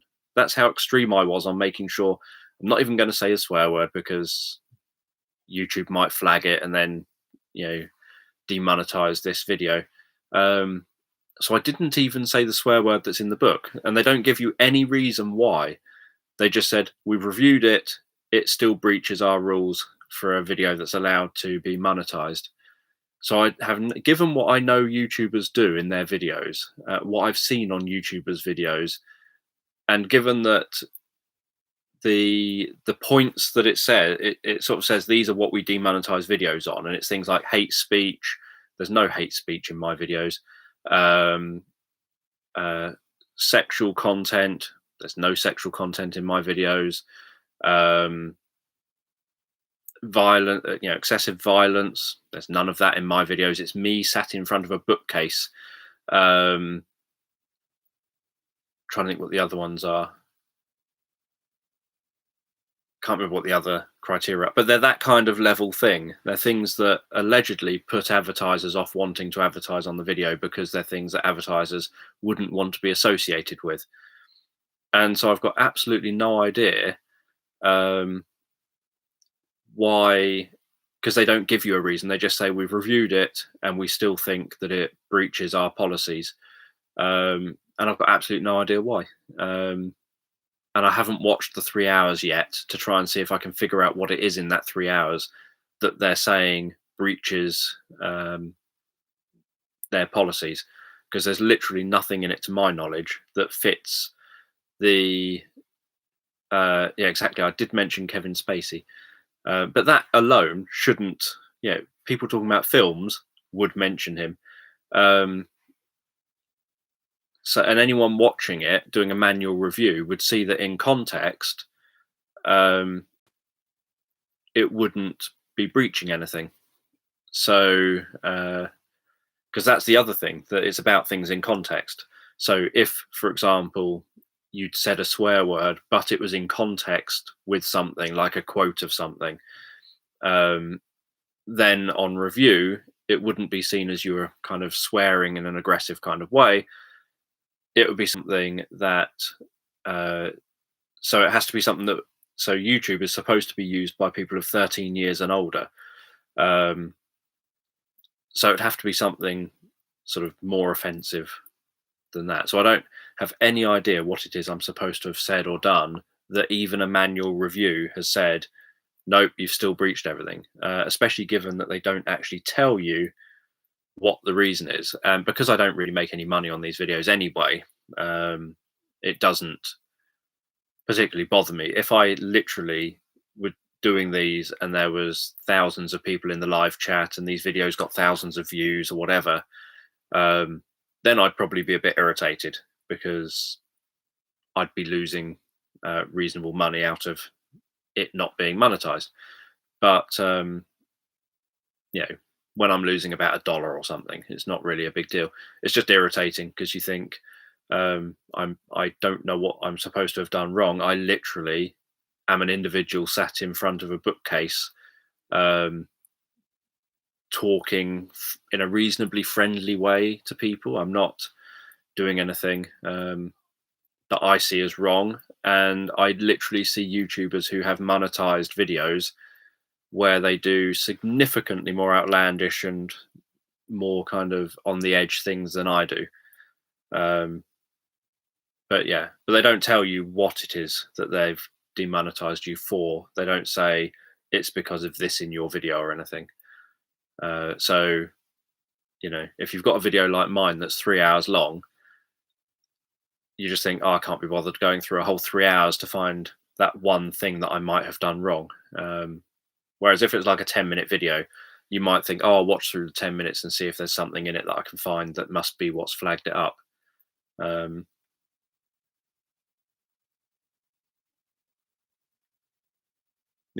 I won't be able to find out what it is that I apparently did wrong. But I know there's nothing that I did in it.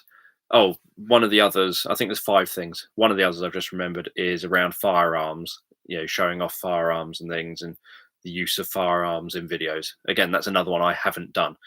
I can't remember what else there is, but it's none of the ones I've just mentioned, because clearly none of those happen in any of my videos. So I've no idea what I'm supposed to have done. And normally because I do occasionally obviously get videos that end up saying this is demonetized, because of the fact that there's something inappropriate in it, and then I get it reviewed, and historically so far they've always ended up just saying, yep, you're right, actually there's nothing wrong in it, and they move on. But this time they said, no, we've manually reviewed it and we are wrong.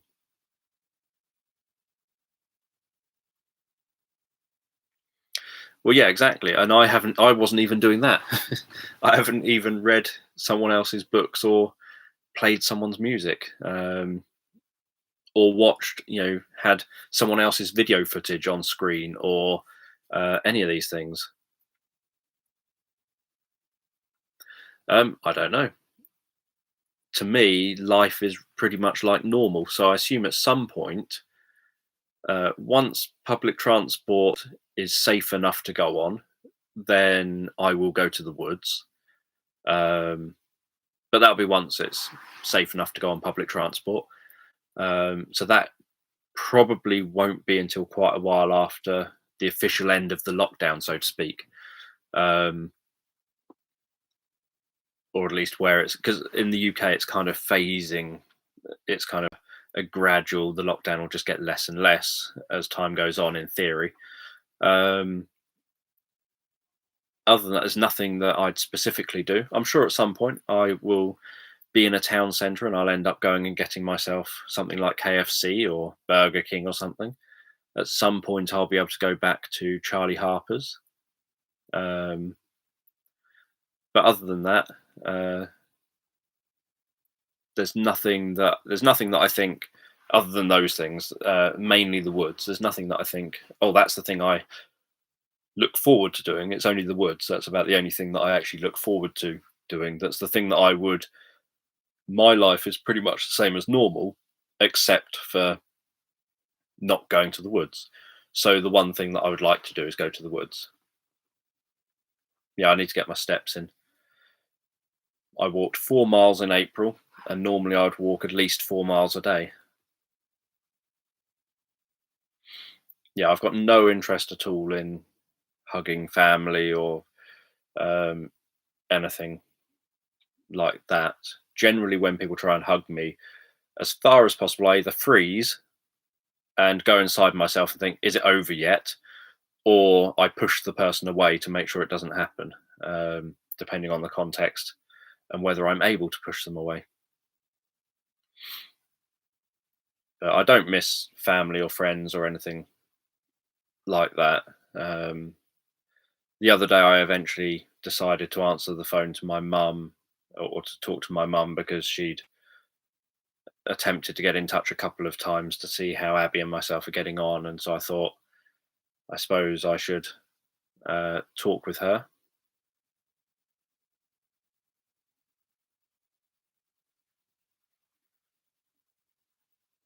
Yep, I also live with the one person that I'm happy hugging and having hug me.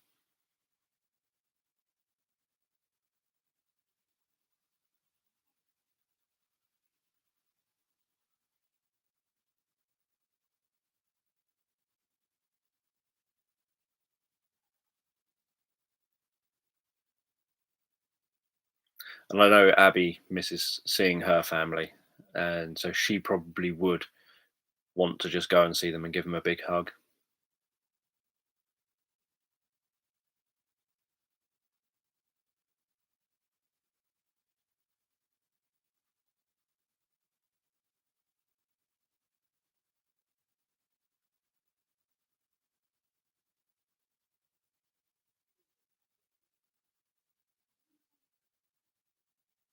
Yep, they should come on the live stream.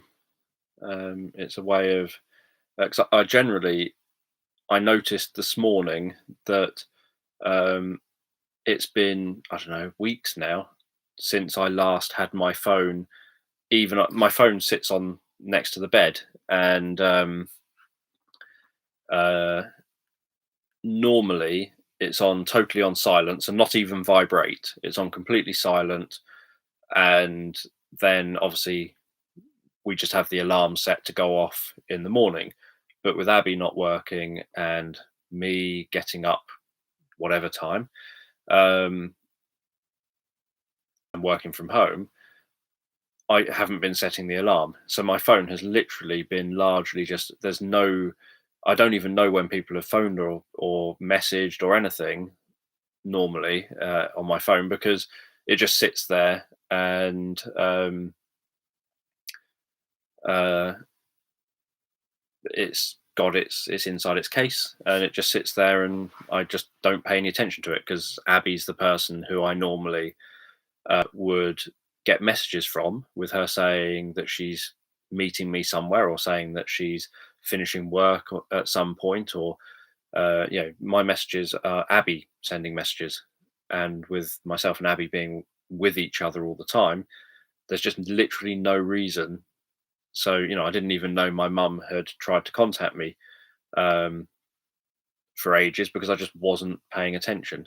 And then I saw that there's multiple missed calls and um, answer phone messages. I haven't listened to any of the answer phone messages, but because I just don't really do answer phone messages.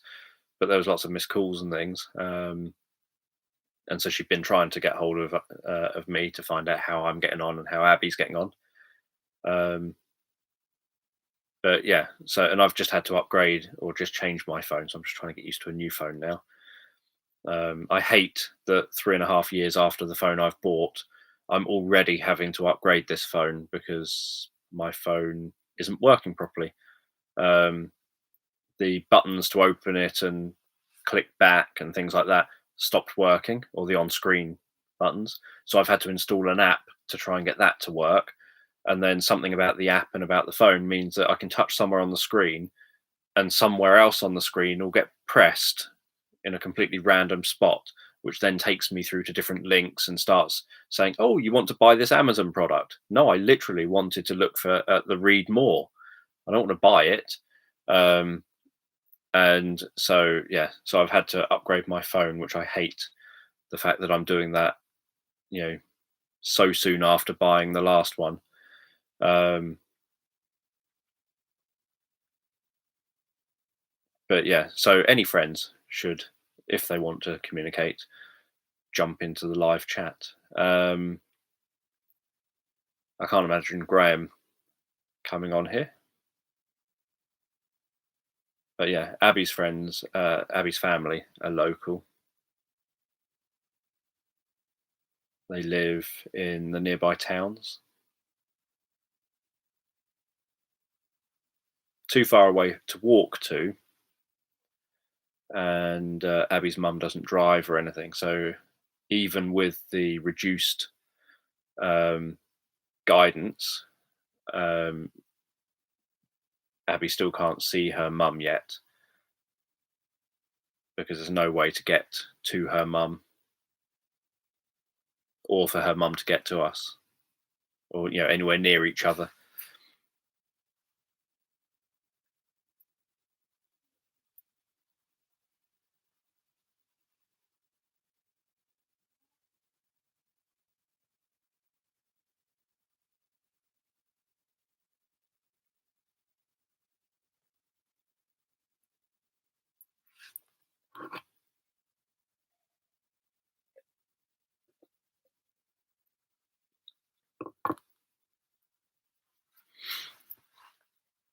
But yeah, I'd imagine my phone would last at least another 2 or 3 years.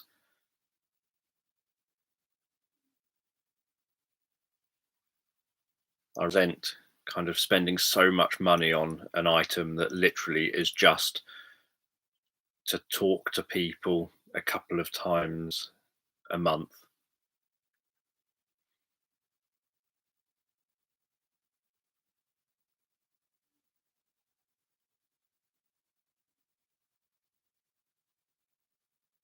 Yeah, I think it would be easier for people to have stuck to if it was winter.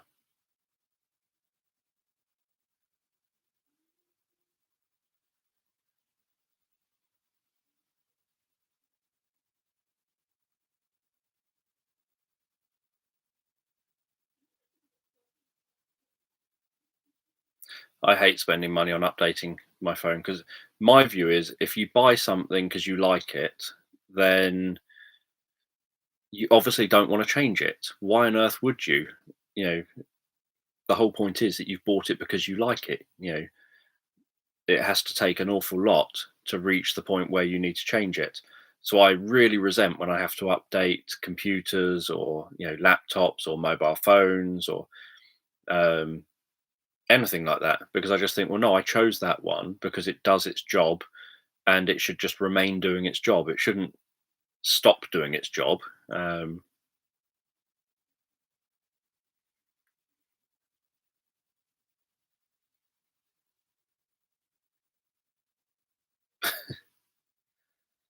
wow.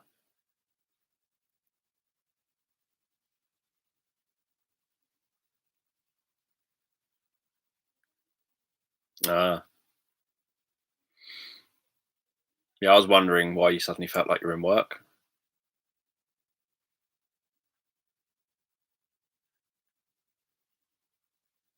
Well, let's move on from any phone chatting then.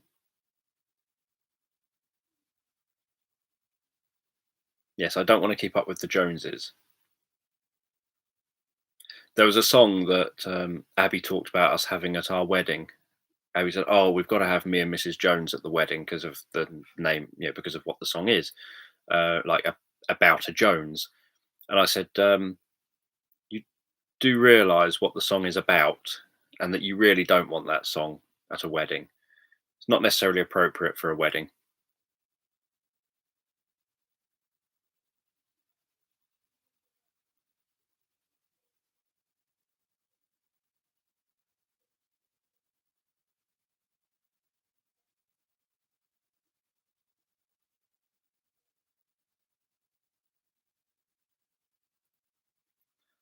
No, it's obviously not your fault what big multinational companies decide to do with their products. Yeah, exactly. The lyrics.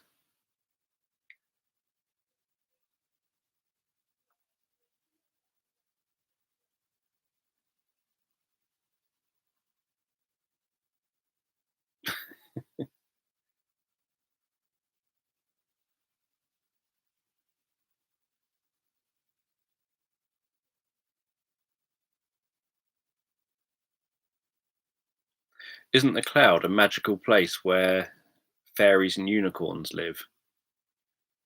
And they dance around on rainbows and have sparkling white palaces balancing on those clouds.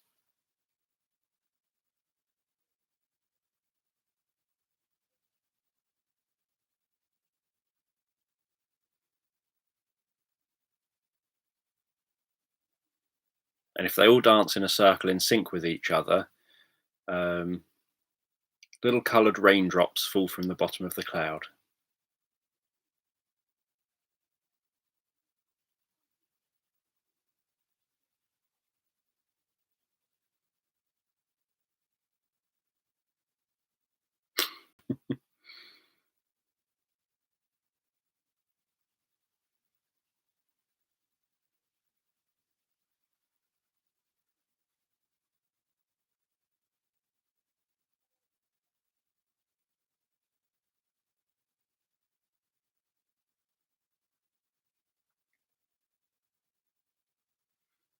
Yeah.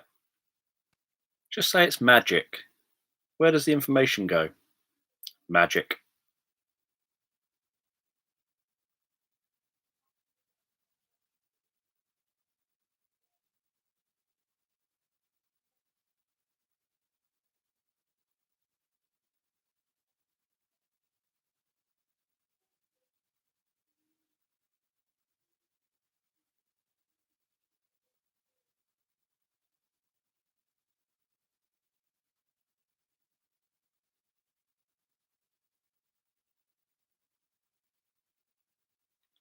You could probably just combine all my stories somehow.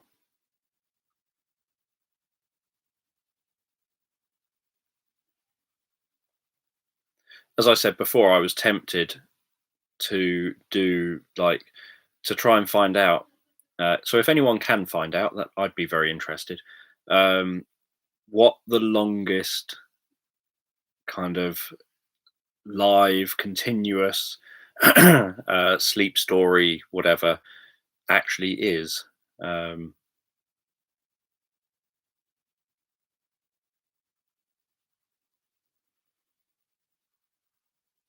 because I was tempted, obviously, to like do a 12-hour stream or something where I would just start a sleep story at one time and then aim to finish it 12 hours later and just do a continuous, people can jump in the live chat and suggest things, and I would kind of write things down as I go through the whole 12 hours or something, and just keep going and going and going as ideas pop up. But I'm aware I would have to probably somehow take toilet breaks. So there would be extended silences for moments of time.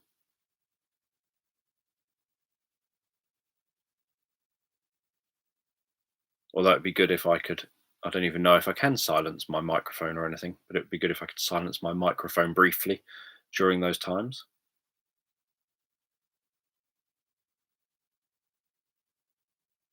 Or even better, like a 24-hour one.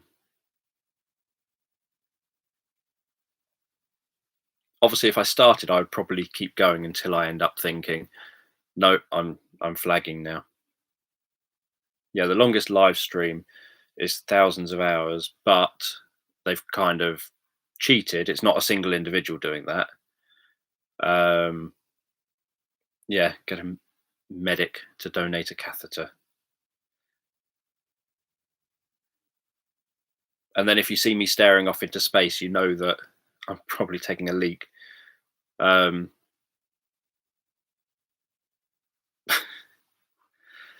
but yeah, so there are some really long live streams, but they've been done normally by teams of people rather than an individual. As an individual, it's for the actual live stream, an individual is probably, I assume, around 7 or 8 days maximum. It wouldn't be much longer than that. Um, in terms of someone creating a live story, I don't know if someone has ever done that. Created a, I I may well already have created the longest live stories where literally it is being created live there and then with you, because I have created stories that are like 90 minutes long. But I don't know what the longest single live created story is that's uh, currently been done.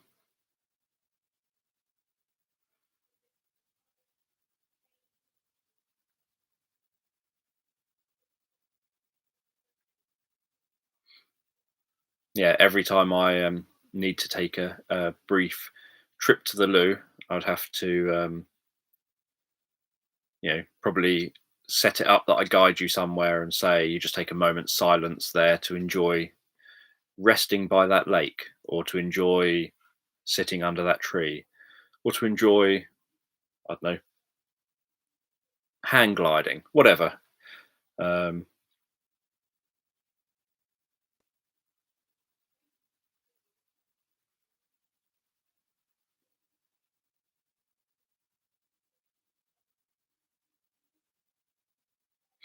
Obviously, I'd have to make sure that I don't need to eat, or if I do end up having to eat, um,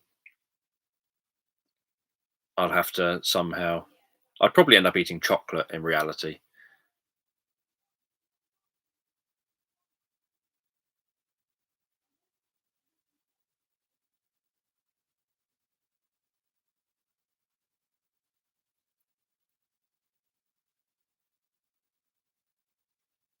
And then see how many people stick with me during the stream.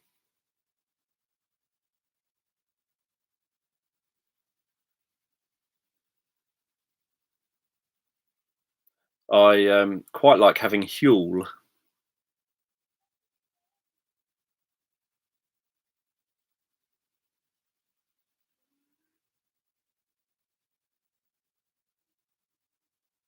Yeah, not eating could get distracting, because my belly would eventually be saying, "I'm going to let you know that I'm waiting for some food," um, but then eating could be a distraction.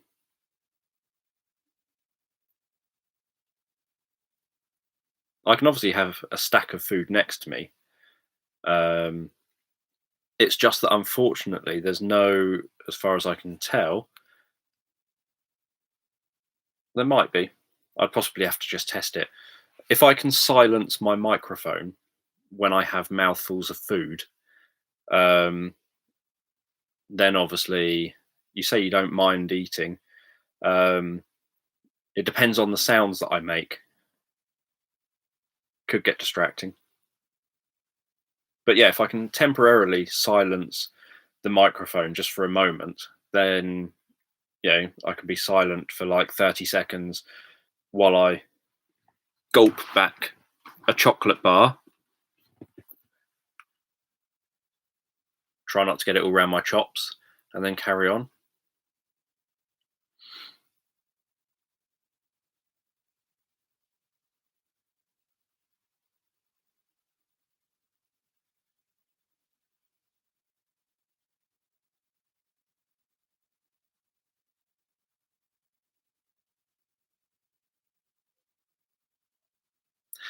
Yeah, I'm not likely to make the story turn dark.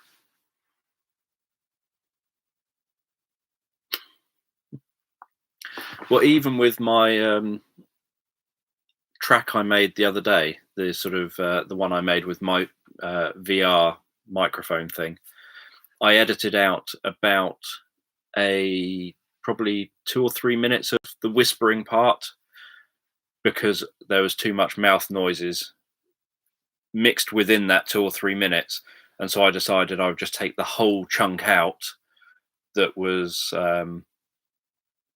had too much mouth noises among it, so that I did my best to avoid mouth noises or any excessive noises like that within the whole track. But especially in the whisper part where it's more pronounced, um, I did my best to take those bits out.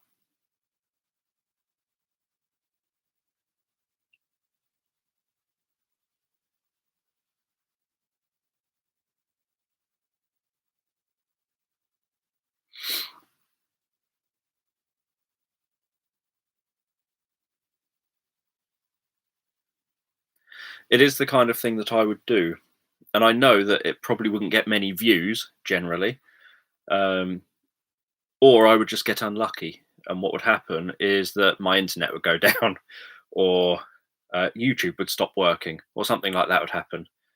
Um, just when actually I want it to be working correctly.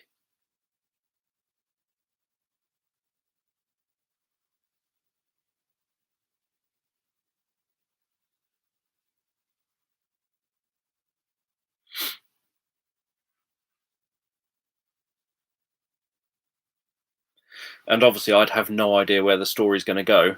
It wouldn't be a story that I would edit. There is no way that I would sit at my computer, edit it. It's bad enough editing 90-minute long stories. Um, to edit something that's perhaps 12 hours or longer would be a bit of a nightmare.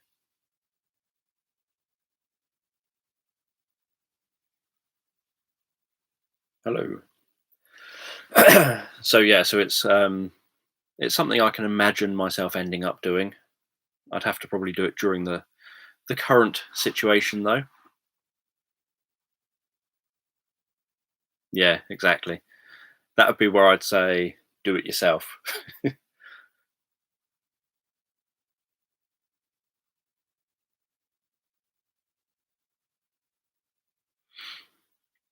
Yeah, so I definitely wouldn't edit something of anywhere near that kind of length. I would just have to say if people want it, they can listen to it live. Listen to it as it was recorded, warts and all, so to speak.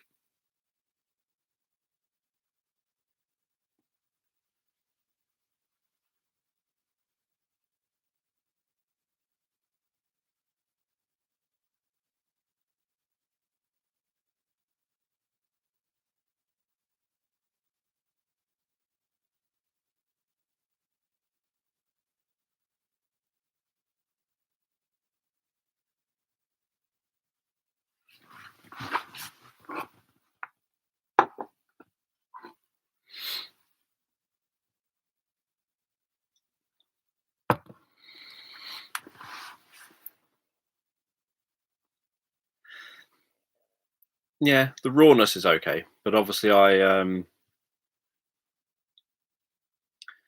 uh, have to edit out errors or I like to edit out errors that I've made and things like that, so that anyone who wants to more for non-YouTube, so it's not so much for YouTube. Because I had someone say to me the other week, You'd make your life so much easier if, when you record your live streams, instead of, because live streams get lots of people unfollowing my channel, they said, why don't you just, as soon as the live stream finishes and processes on YouTube, go to the live stream video on YouTube and crop the entire whole beginning section, delete all that, and then just resave it now as the story, upload a thumbnail for it, and got it done. And you don't have to worry about anything else. And obviously the bits, I'm just having a look. Your Perfectly Imperfect is similar to a name of a novel by Michael Parker, a sort of romance thriller type novel that he wrote. But anyway, that's me distracting myself. So obviously the issue isn't so much YouTube, because I'm sure people on YouTube probably could live with that generally. There are some people who will moan and complain whenever I make mistakes in my stories, like my older ones. I get people moaning and complaining and saying, there's you got this word wrong here, or you said that bit wrong there, or you made that mistake there, and they talk about how that really jars them out of it, and they get, people get very passionate about these things. And YouTube is not too bad if you literally are just so if you do it on YouTube itself, crop a big chunk and just leave another bit. Although there is a limit, it seems, to how long the live video can be that they will allow you to edit. Because I've got things like, I would like to have edited my 11-hour or whatever it is, sleep meditation video. That was when I used to run these live. I used to have stories on my computer, leave my computer open permanently, and then I'd have the stories run live continuously in a loop.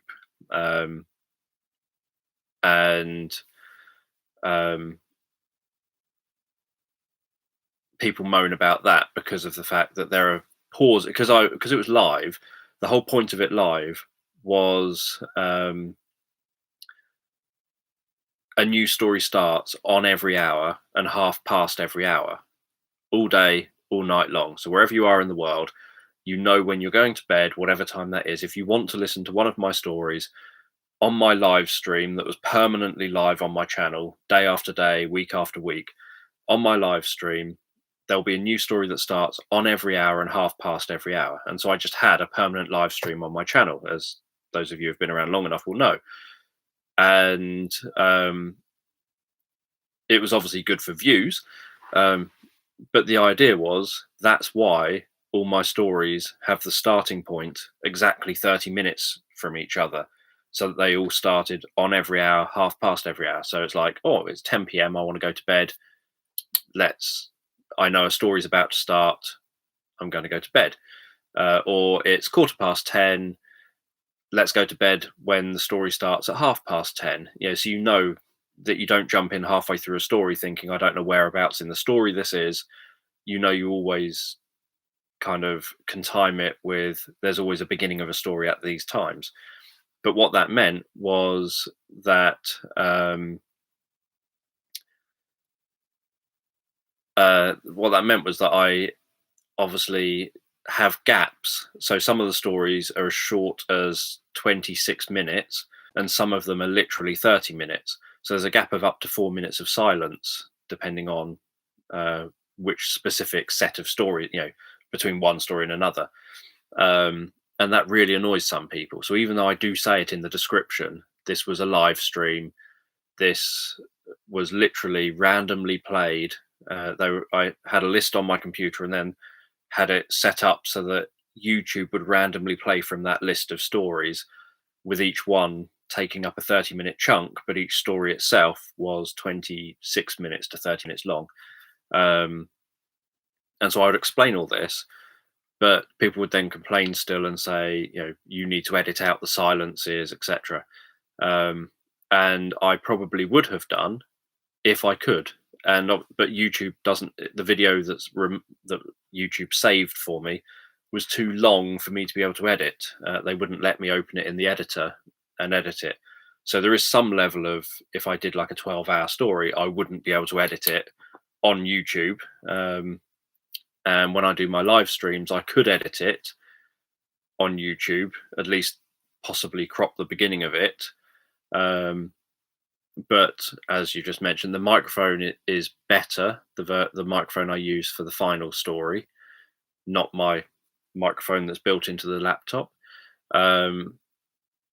If there are any internet problems during the telling of the story on YouTube, on the live stream, potentially there could be freezing or whatever that happens during the stream. I don't think it's happened, but I don't know for sure because I've never watched one of the streams back actually on YouTube, like that part of it word for word or anything. So there could be other issues with the live one that you don't get if you just have the recorded version that I record with the microphone beside me. So that's better. And then also, if I want to share it to the podcast, to Spotify, to all the other streaming and download services, and if people want to, use them in their apps and things like the Slumber app and things like that, then that needs to be a better quality version.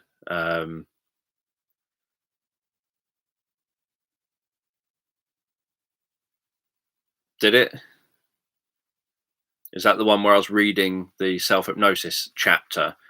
I think I might have audio recorded. I can't remember off the top of my head, but I think I might have audio recorded me reading my book, because I have audio recorded some of the bits that I was doing in case I thought that might be something interesting for the future. So I might have that audio recorded. Not that helps in relation to the video, but it's sort of there. So yeah, it's but that's sort of my problem, that yes, it would be so much quicker and easier if I just left the mistakes in, and I'm sure that people who just don't mind what I do would live with those mistakes, and just see them as, especially if you were here live. So if you saw me doing this live, and so you had that context of that I was doing it live, you've already seen it essentially wide awake, so to speak. Yeah, you've already seen it being done in the first place, and where I made errors, and where I corrected those errors, etc. Then it doesn't bother you, particularly because you already know.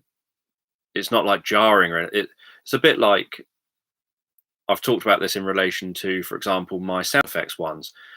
If you know that when the person's going to be chiseling the rocks, there's going to be the sound of someone chiseling rocks for about 3 or 4 seconds, then once you know that, the sound of the chiseling stops bothering you in theory, because you know that it's there. Whereas if you don't know that it's coming and then suddenly it's there, I can understand that being jarring and people thinking, oh, that I didn't expect that. But once you know it's there, it's kind of like, well, I know it's there. It's not really a problem. It's a temporary little brief moment. It's part of it's what you would hear if you were in that situation. And that's the whole point of the sound effects, that it's supposed to be replacing replacing most of what you're likely to hear, so that you end up, being able to get more absorbed in the experience, because you've got the sound of the experience already playing out for you. So if you're walking along a beach, you've already got the sound of the beach, which helps you to visualize the beach easier, because you've got something to visualize from. You've got something to work with sensorily. But yeah, I think I coughed last night, whatever night it was. Was it last night? Yeah, last night. I coughed, and I think that took me by surprise, because I sort of had a bit of a tickly throat, and I had earlier on. I'd made spaghetti, no, sort of a pasta bolognese thing, and some of the mints had been tickling my throat during the evening, and then was still tickling my throat a bit while I was doing the live stream, and so I ended up kind of coughing, which annoyed me that I coughed. more so because I thought, oh, if someone's drifting off now, that might have just jolted them awake, and I don't want to do that. Um, but yeah, so I'd want to obviously edit that cough out. Um, Whereas I think, but then again, if you listen to it live and you knew that cough was there, all that would really do, what I find, which is sort of, I think is quite interesting, is that obviously when you work with someone live, like a therapist working with a client, um, it's natural that sometimes the therapist might cough or something, or the therapist might shift in their seat, or the therapist might.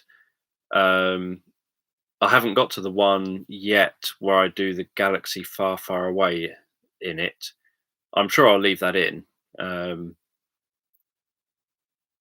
I haven't edited that one yet. But my assumption is that I'll probably leave the galaxy far, far away in it. There's no reason not to leave it in because it's what I said and it's part of uh, that specific story. And those of you who listen to it will know that that's because it was recorded on Star Wars Day. But yeah, you've made me lose my where I was now.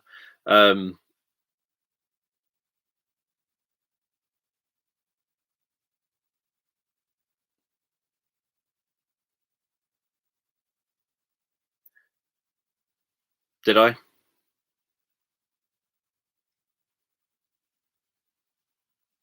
Oh, I don't know why I would have done that.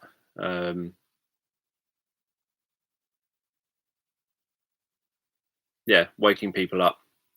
So yeah, so obviously you don't want to sort of wake people up with things, but generally, um, when you're working with a client in a real setting, you're there live with them, acting perfectly natural. It's normal that you might cough while you're working with them. It doesn't snap them out of hypnosis or anything, unless you're having a big coughing fit or something. It doesn't snap them out of the hypnosis. You're going to move around a bit. You're All it does is lets them know that life is still outside of their head. That you're still there, and sometimes it's comforting for people if you're completely still and there's no sound or anything, no kind of nothing to bounce off of, um, nothing to kind of have a sense of security or a sense of your place in what's going on. That can get unnerving for some people. Whereas just hearing the therapist cough or shift in their seat or whatever just lets you know that they're still there. It's still all going on. You know, these things are normal kind of thing. Um, and so I think those who have seen the thing created live and know it's live, I think it doesn't matter how much I tell people that the stories are recorded live, people never seem to believe it and never seem to think that. They always sort of say, yeah, but where did you get the story? Where did you read it from? What book is it from? Do you write them all originally yourself? And I get all these sort of comments, even though I openly keep trying to say, and even in the description, say that they're from the live streams. Yeah, so it is more. It has that more personal feeling. Yeah, if I was doing it, if I was telling stories to you around a campfire, you would hear me shifting around. You would hear sounds that I can't control around you. You would hear, say, it was on a campsite that was just off of a road. You would hear traffic coming down the road, and the whole point is that you just choose not to be distracted by it because you're just happy to absorb in the experience. And so you might hear some cars go by, you might hear a truck go by. I've been on things like hypnotherapy training courses where all of a sudden there's like a garbage truck turns up and you just hear this thing go beep, beep, beep, beep, backing up right outside your window. And everyone just carries on like normal as if it's not there. You all know you can hear it, but you think, you know what it is. It's not like it's causing you any harm. So you just carry on and ignore it and are absorbed in what you're doing. So yeah, the live streams are more like that, and the live versions are more like that. Yeah, and page turning. is a nice sound as well, which I find interesting because I think pages being turned can sound nice, but at the same time, for example, on YouTube, on Amazon, if you make uh, audible books, they don't want you to have any sounds of things like pages turning or anything like that, even though it would kind of, I think, would feel comforting to hear a page being turned. And it gives you this sense of being read to, properly read to, like you're sitting in school or you're lying on the floor in school or something, or having a parent reading to you or something.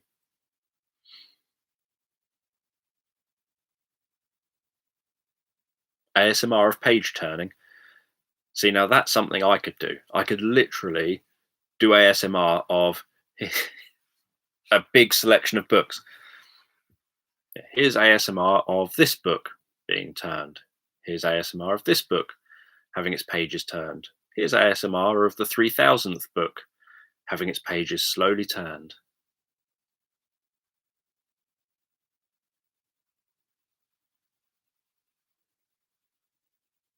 And then when you turn the final page of the final book, you just slam the book shut and then say the end.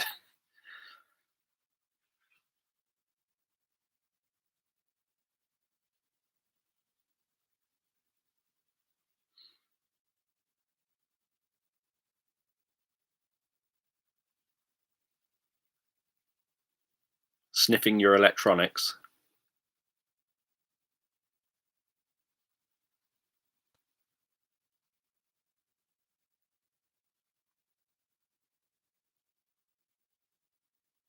Yeah, that's another thing that can be good at times as well.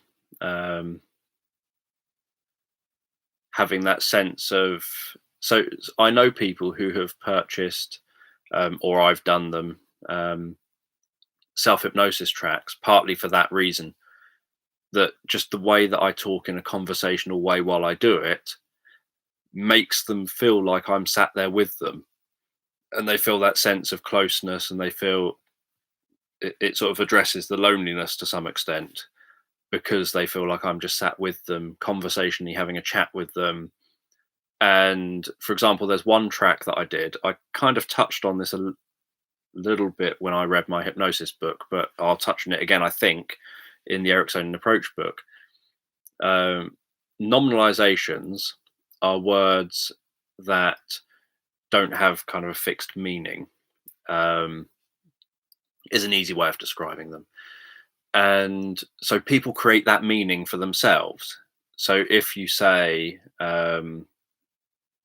you feel a sense of uh, curiosity, of wonder, you can have a sense of excitement about what's about to happen.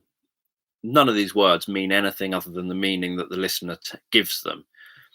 And something good about that is you can then suddenly sound, and obviously this is why a lot of fortune tellers use this kind of language. People who listen can then create the meaning for themselves, and it can sound incredibly personal. So there's one of my, I think I've got the video on my channel, um, where I use this a lot, where I say this this this track's made specifically for you, and I know that you've been through a lot. I know that you've really struggled with things, and you'd really like to have a way forward. You'd like to be able to make those changes you've been really working hard on making. And I'm saying nothing. Literally, I'm saying absolutely nothing. I'm just saying stuff that's probably applicable to the person who's listening, because that's why they're choosing to listen. And so by choosing to listen, they're kind of making themselves fit it. Um, but what it does is it makes it feel like you were just talking straight to them as an individual, as if you were with them, sitting there, chilling out with them, and just kind of saying, look, I'm here for you. This is for you. I'm just telling you this just for you. And I've done that on some of my training courses. I did a training course many years ago now, but I did a training course where I demonstrated this without telling anyone this is what I was demonstrating. And I said, in a minute, I'm going to say something that, now there's one of you here who has desperately wanted to ask me something that you'd like me to help you with. And you may not necessarily know how desperately you really wanted me to ask you that, but you've really wanted to ask this. And so I've been really pondering what I should say to you that's going to help you as much as possible. And I now know what I'm going to say. And so that's what I'm going to tell you here. And then I tell a story, and then what I end up getting, I think there was like 12 people who are on this course. Nearly all of those 12 got in touch with me after and said, when you made that story just for me, that was just so meaningful and so impactful and just what you knew I needed to hear. And they, pretty much every single one of them, so many of them got back to me, pretty much every single one of them took what I'd said as me having read something in them as an individual, and having then been able to present something personal back to just them as an individual, without them realizing that actually I was doing something incredibly generic, trying to make it sound very specific and trying to put it in a context that would match with the idea that there's probably a number of people sat in this room who would like to ask me a personal question of something they would like help with, but just don't really get the opportunity to ask those questions and to have that help. And so I'm offering that help to them here. And so, yeah, so that kind of approach can be really, really powerful and really, really feel really personal to do, which obviously I also try and do within some of my stories as well.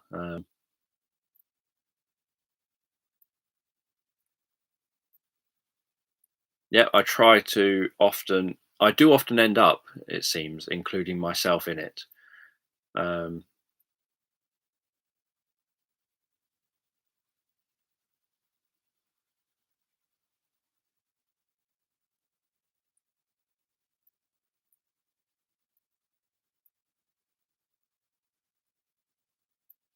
yes, see you later, Bonnie.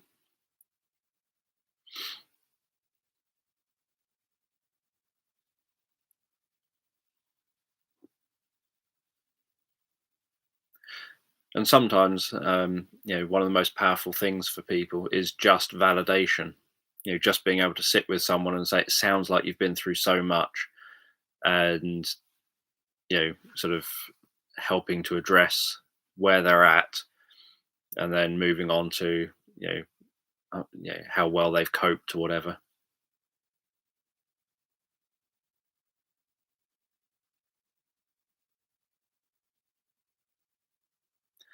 Oh yes, yes, I remember doing that. I end up forgetting what I do in different stories. In fact, that's often one thing that I find interesting is when I'm editing a story, I end up thinking, I can't even remember. This was like from 2 weeks ago, because each one I edit is from 2 weeks earlier than it's going to be going live. So right, I can't even remember what this was about. I wonder what it was about. And I start listening and I end up thinking, where's this going? Where am I going with this? I've got no idea. And I'm listening along thinking, I've no idea where this is going, what my plan was.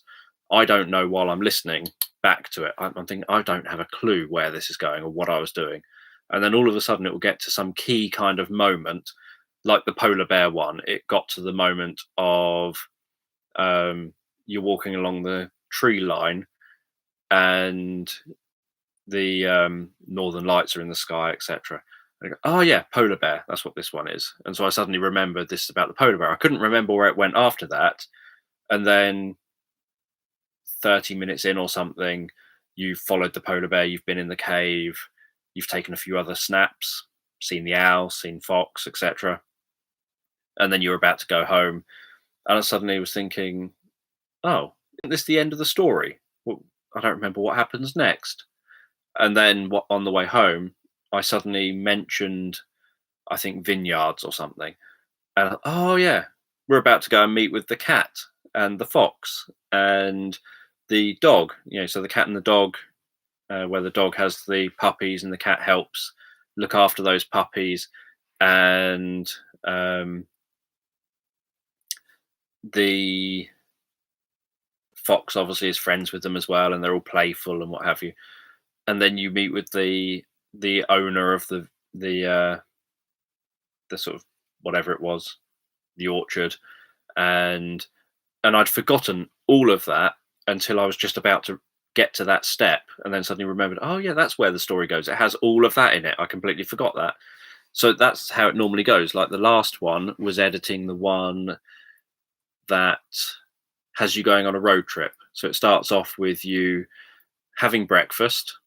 It's the one where I don't say to get the Marmite down off the shelf, but I talk about, you know, getting the different spreads down off the shelf, or getting the different spreads, or choosing from the spreads, or whatever wording I used, and then I end up having the person sat there with an atlas, and they're flicking through the atlas, and they think, oh, where should what can I do? And then they decide they want to go on a road trip, and they find somewhere in the atlas to go, and then they decide to go on their road trip up north. So as I'd kind of mentioned the other day or last night, there was a tendency of a few stories where the North Pole kind of area had cropped up in the suggestions, whether it's the polar bear or whether it's the other one, Northern Lights or whatever. And so so that one then, again, you go on that road trip, and that was the probing alien story, and I'd forgotten that. The road trip started, and I was thinking, where am I going with this? I can't remember where the story goes, and I'm listening along, editing it, listening along, editing out some of my breathing, editing out so some of my bigger in breaths, editing out like chair movements and things like that. So I'm going through editing it, and then suddenly think, oh yeah, we're just about to encounter some aliens. I totally forgot. And then even when we encountered the aliens, I was thinking, I can't even remember where it goes after the aliens, because I was thinking, I could see on the timeline, obviously on my computer screen, this is how far you've edited, and I could see it was like there's literally like an hour left of this, and we've already encountered the aliens. What on earth happens for an hour? How did I manage to drag this on for an hour when we've encountered the aliens? He should be going home now, thinking, I've been there. You can't top meeting aliens. So I was thinking, what on earth did I talk about after the aliens, after the alien probing and everything? I know it wasn't an alien probing, but I was thinking, where on earth do I go with this from here? He camps out a night. Where does he go next? And so after that, obviously, it goes off into among the trees, and then you see the meadow, and then you go down to the lake, and then you go to the cabin near the lake, and then you build your little standing stones. And it was actually suggested in the live chat bit, the idea for probing. I saw the suggestion come up and chose not to go there, but to imply. And if people thought that, then that's people's minds. I decided to give people the option to decide what kind of a mind they have. So that one was another one where I had no idea where it was going, and even when it got to and then into the forest, I was thinking, there's still story left. How can there still be story left? What on earth have I talked about next? So that's what it's like when I'm editing these things, that I'm discovering it and writing down some basic description of it and editing it and everything, and having no idea where it's going and how it's going to end or anything, even though 2 weeks earlier I had sat for perhaps an hour or 90 minutes or whatever telling the thing that I'm now editing, and got no memory of it. So so that's kind of like that's my editing process. I don't think I'd noticed it come up in that story, because I think that was the one where I intentionally never ever looked at the live chat. standing stones, as just as in making stones, placing stones and then balancing stones on the stones in positions that look almost impossible but actually aren't. Um, and then you go and sit on some grey stones and meditate for a bit before heading into the forest. Um, but yeah, so with the story based on my nan, I obviously, that was the one where, because of being made to laugh at the beginning, I never looked at the live chat. Yeah, stone balancing. I think people who can do it brilliantly are, people who can do it are incredible. I'd love to be able to do it. Um, and I'm not particularly successful at it. Um, but yeah, so that one, if there were any probing questions or probing comments, so to speak, I was staring at the other side of the screen and couldn't see them at all.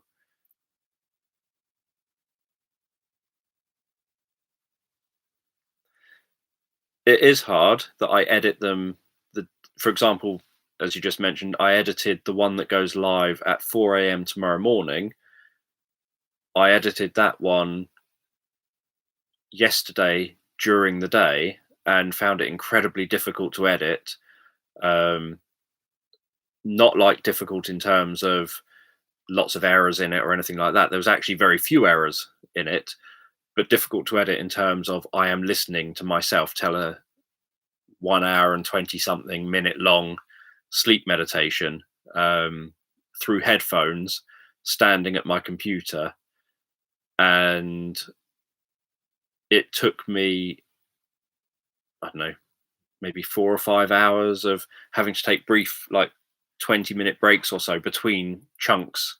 I'd be like editing 20 minutes and then think, I've just got to take a break for a bit, stretch my legs, have a coffee, drink the coffee, get another drink, come back, carry on editing for maybe 20 more minutes, go away, drink some coffee, stretch my legs for a bit, come back with another drink, edit a bit more, go away, and keep on repeating that. Have something to eat, come back, carry on editing.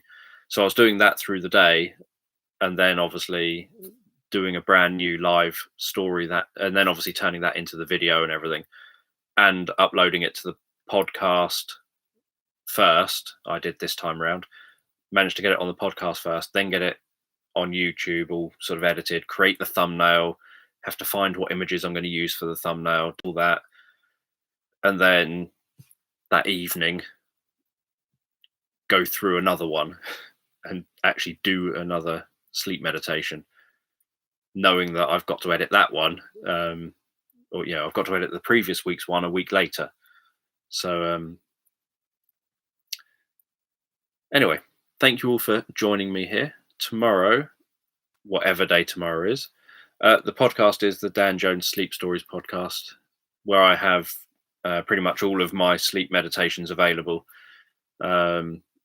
It's my kind of version of the thing that everyone uses, Patreon. It's my version of Patreon. So Patreon doesn't allow me to offer the things I'd want to offer or anything like that. So what I do instead of Patreon is use a podcast, a subscription podcast, where if you want my sleep meditations without any adverts, without any YouTube introduction, for example, so there's none of the like, subscribe, share stuff. It's just the stories themselves. Then people can subscribe to the podcast, and the link's obviously in every description of every sleep meditation. They can then subscribe to the podcast and then access everything there. But obviously everything's also available, or a large chunk of it is also available on streaming and downloads services like Spotify, iTunes, Amazon Music, Apple Music, SoundCloud. All these places have my stuff available as well, depending on, so that people can access it in the broadest way. They can either support me in a kind of Patreon type of way, via the Podbean app, or they can you know, access everything elsewhere, or just get it for free on YouTube and put up with the ads and the risk of YouTube putting ads in the middle of my videos without my permission. So yeah, so that's that. So thank you all for joining me. Tomorrow I will be here at the same time, 7:30 p.m. UK time, whatever that is your time, and I will start reading my book, The Ericksonian Approach, and probably set myself up for failure, or for you lot using everything against me. And I'll probably end up seeing lots more hypnotic comments in the live chat against me, because you will have learned about Ericksonian language patterns and everything by then. So I will see those of you who join me tomorrow. Feel free to give a thumbs up if you haven't already, and subscribe if you like this and want to subscribe. And as I say, I'll be reading from my book tomorrow at 7:30. See you later.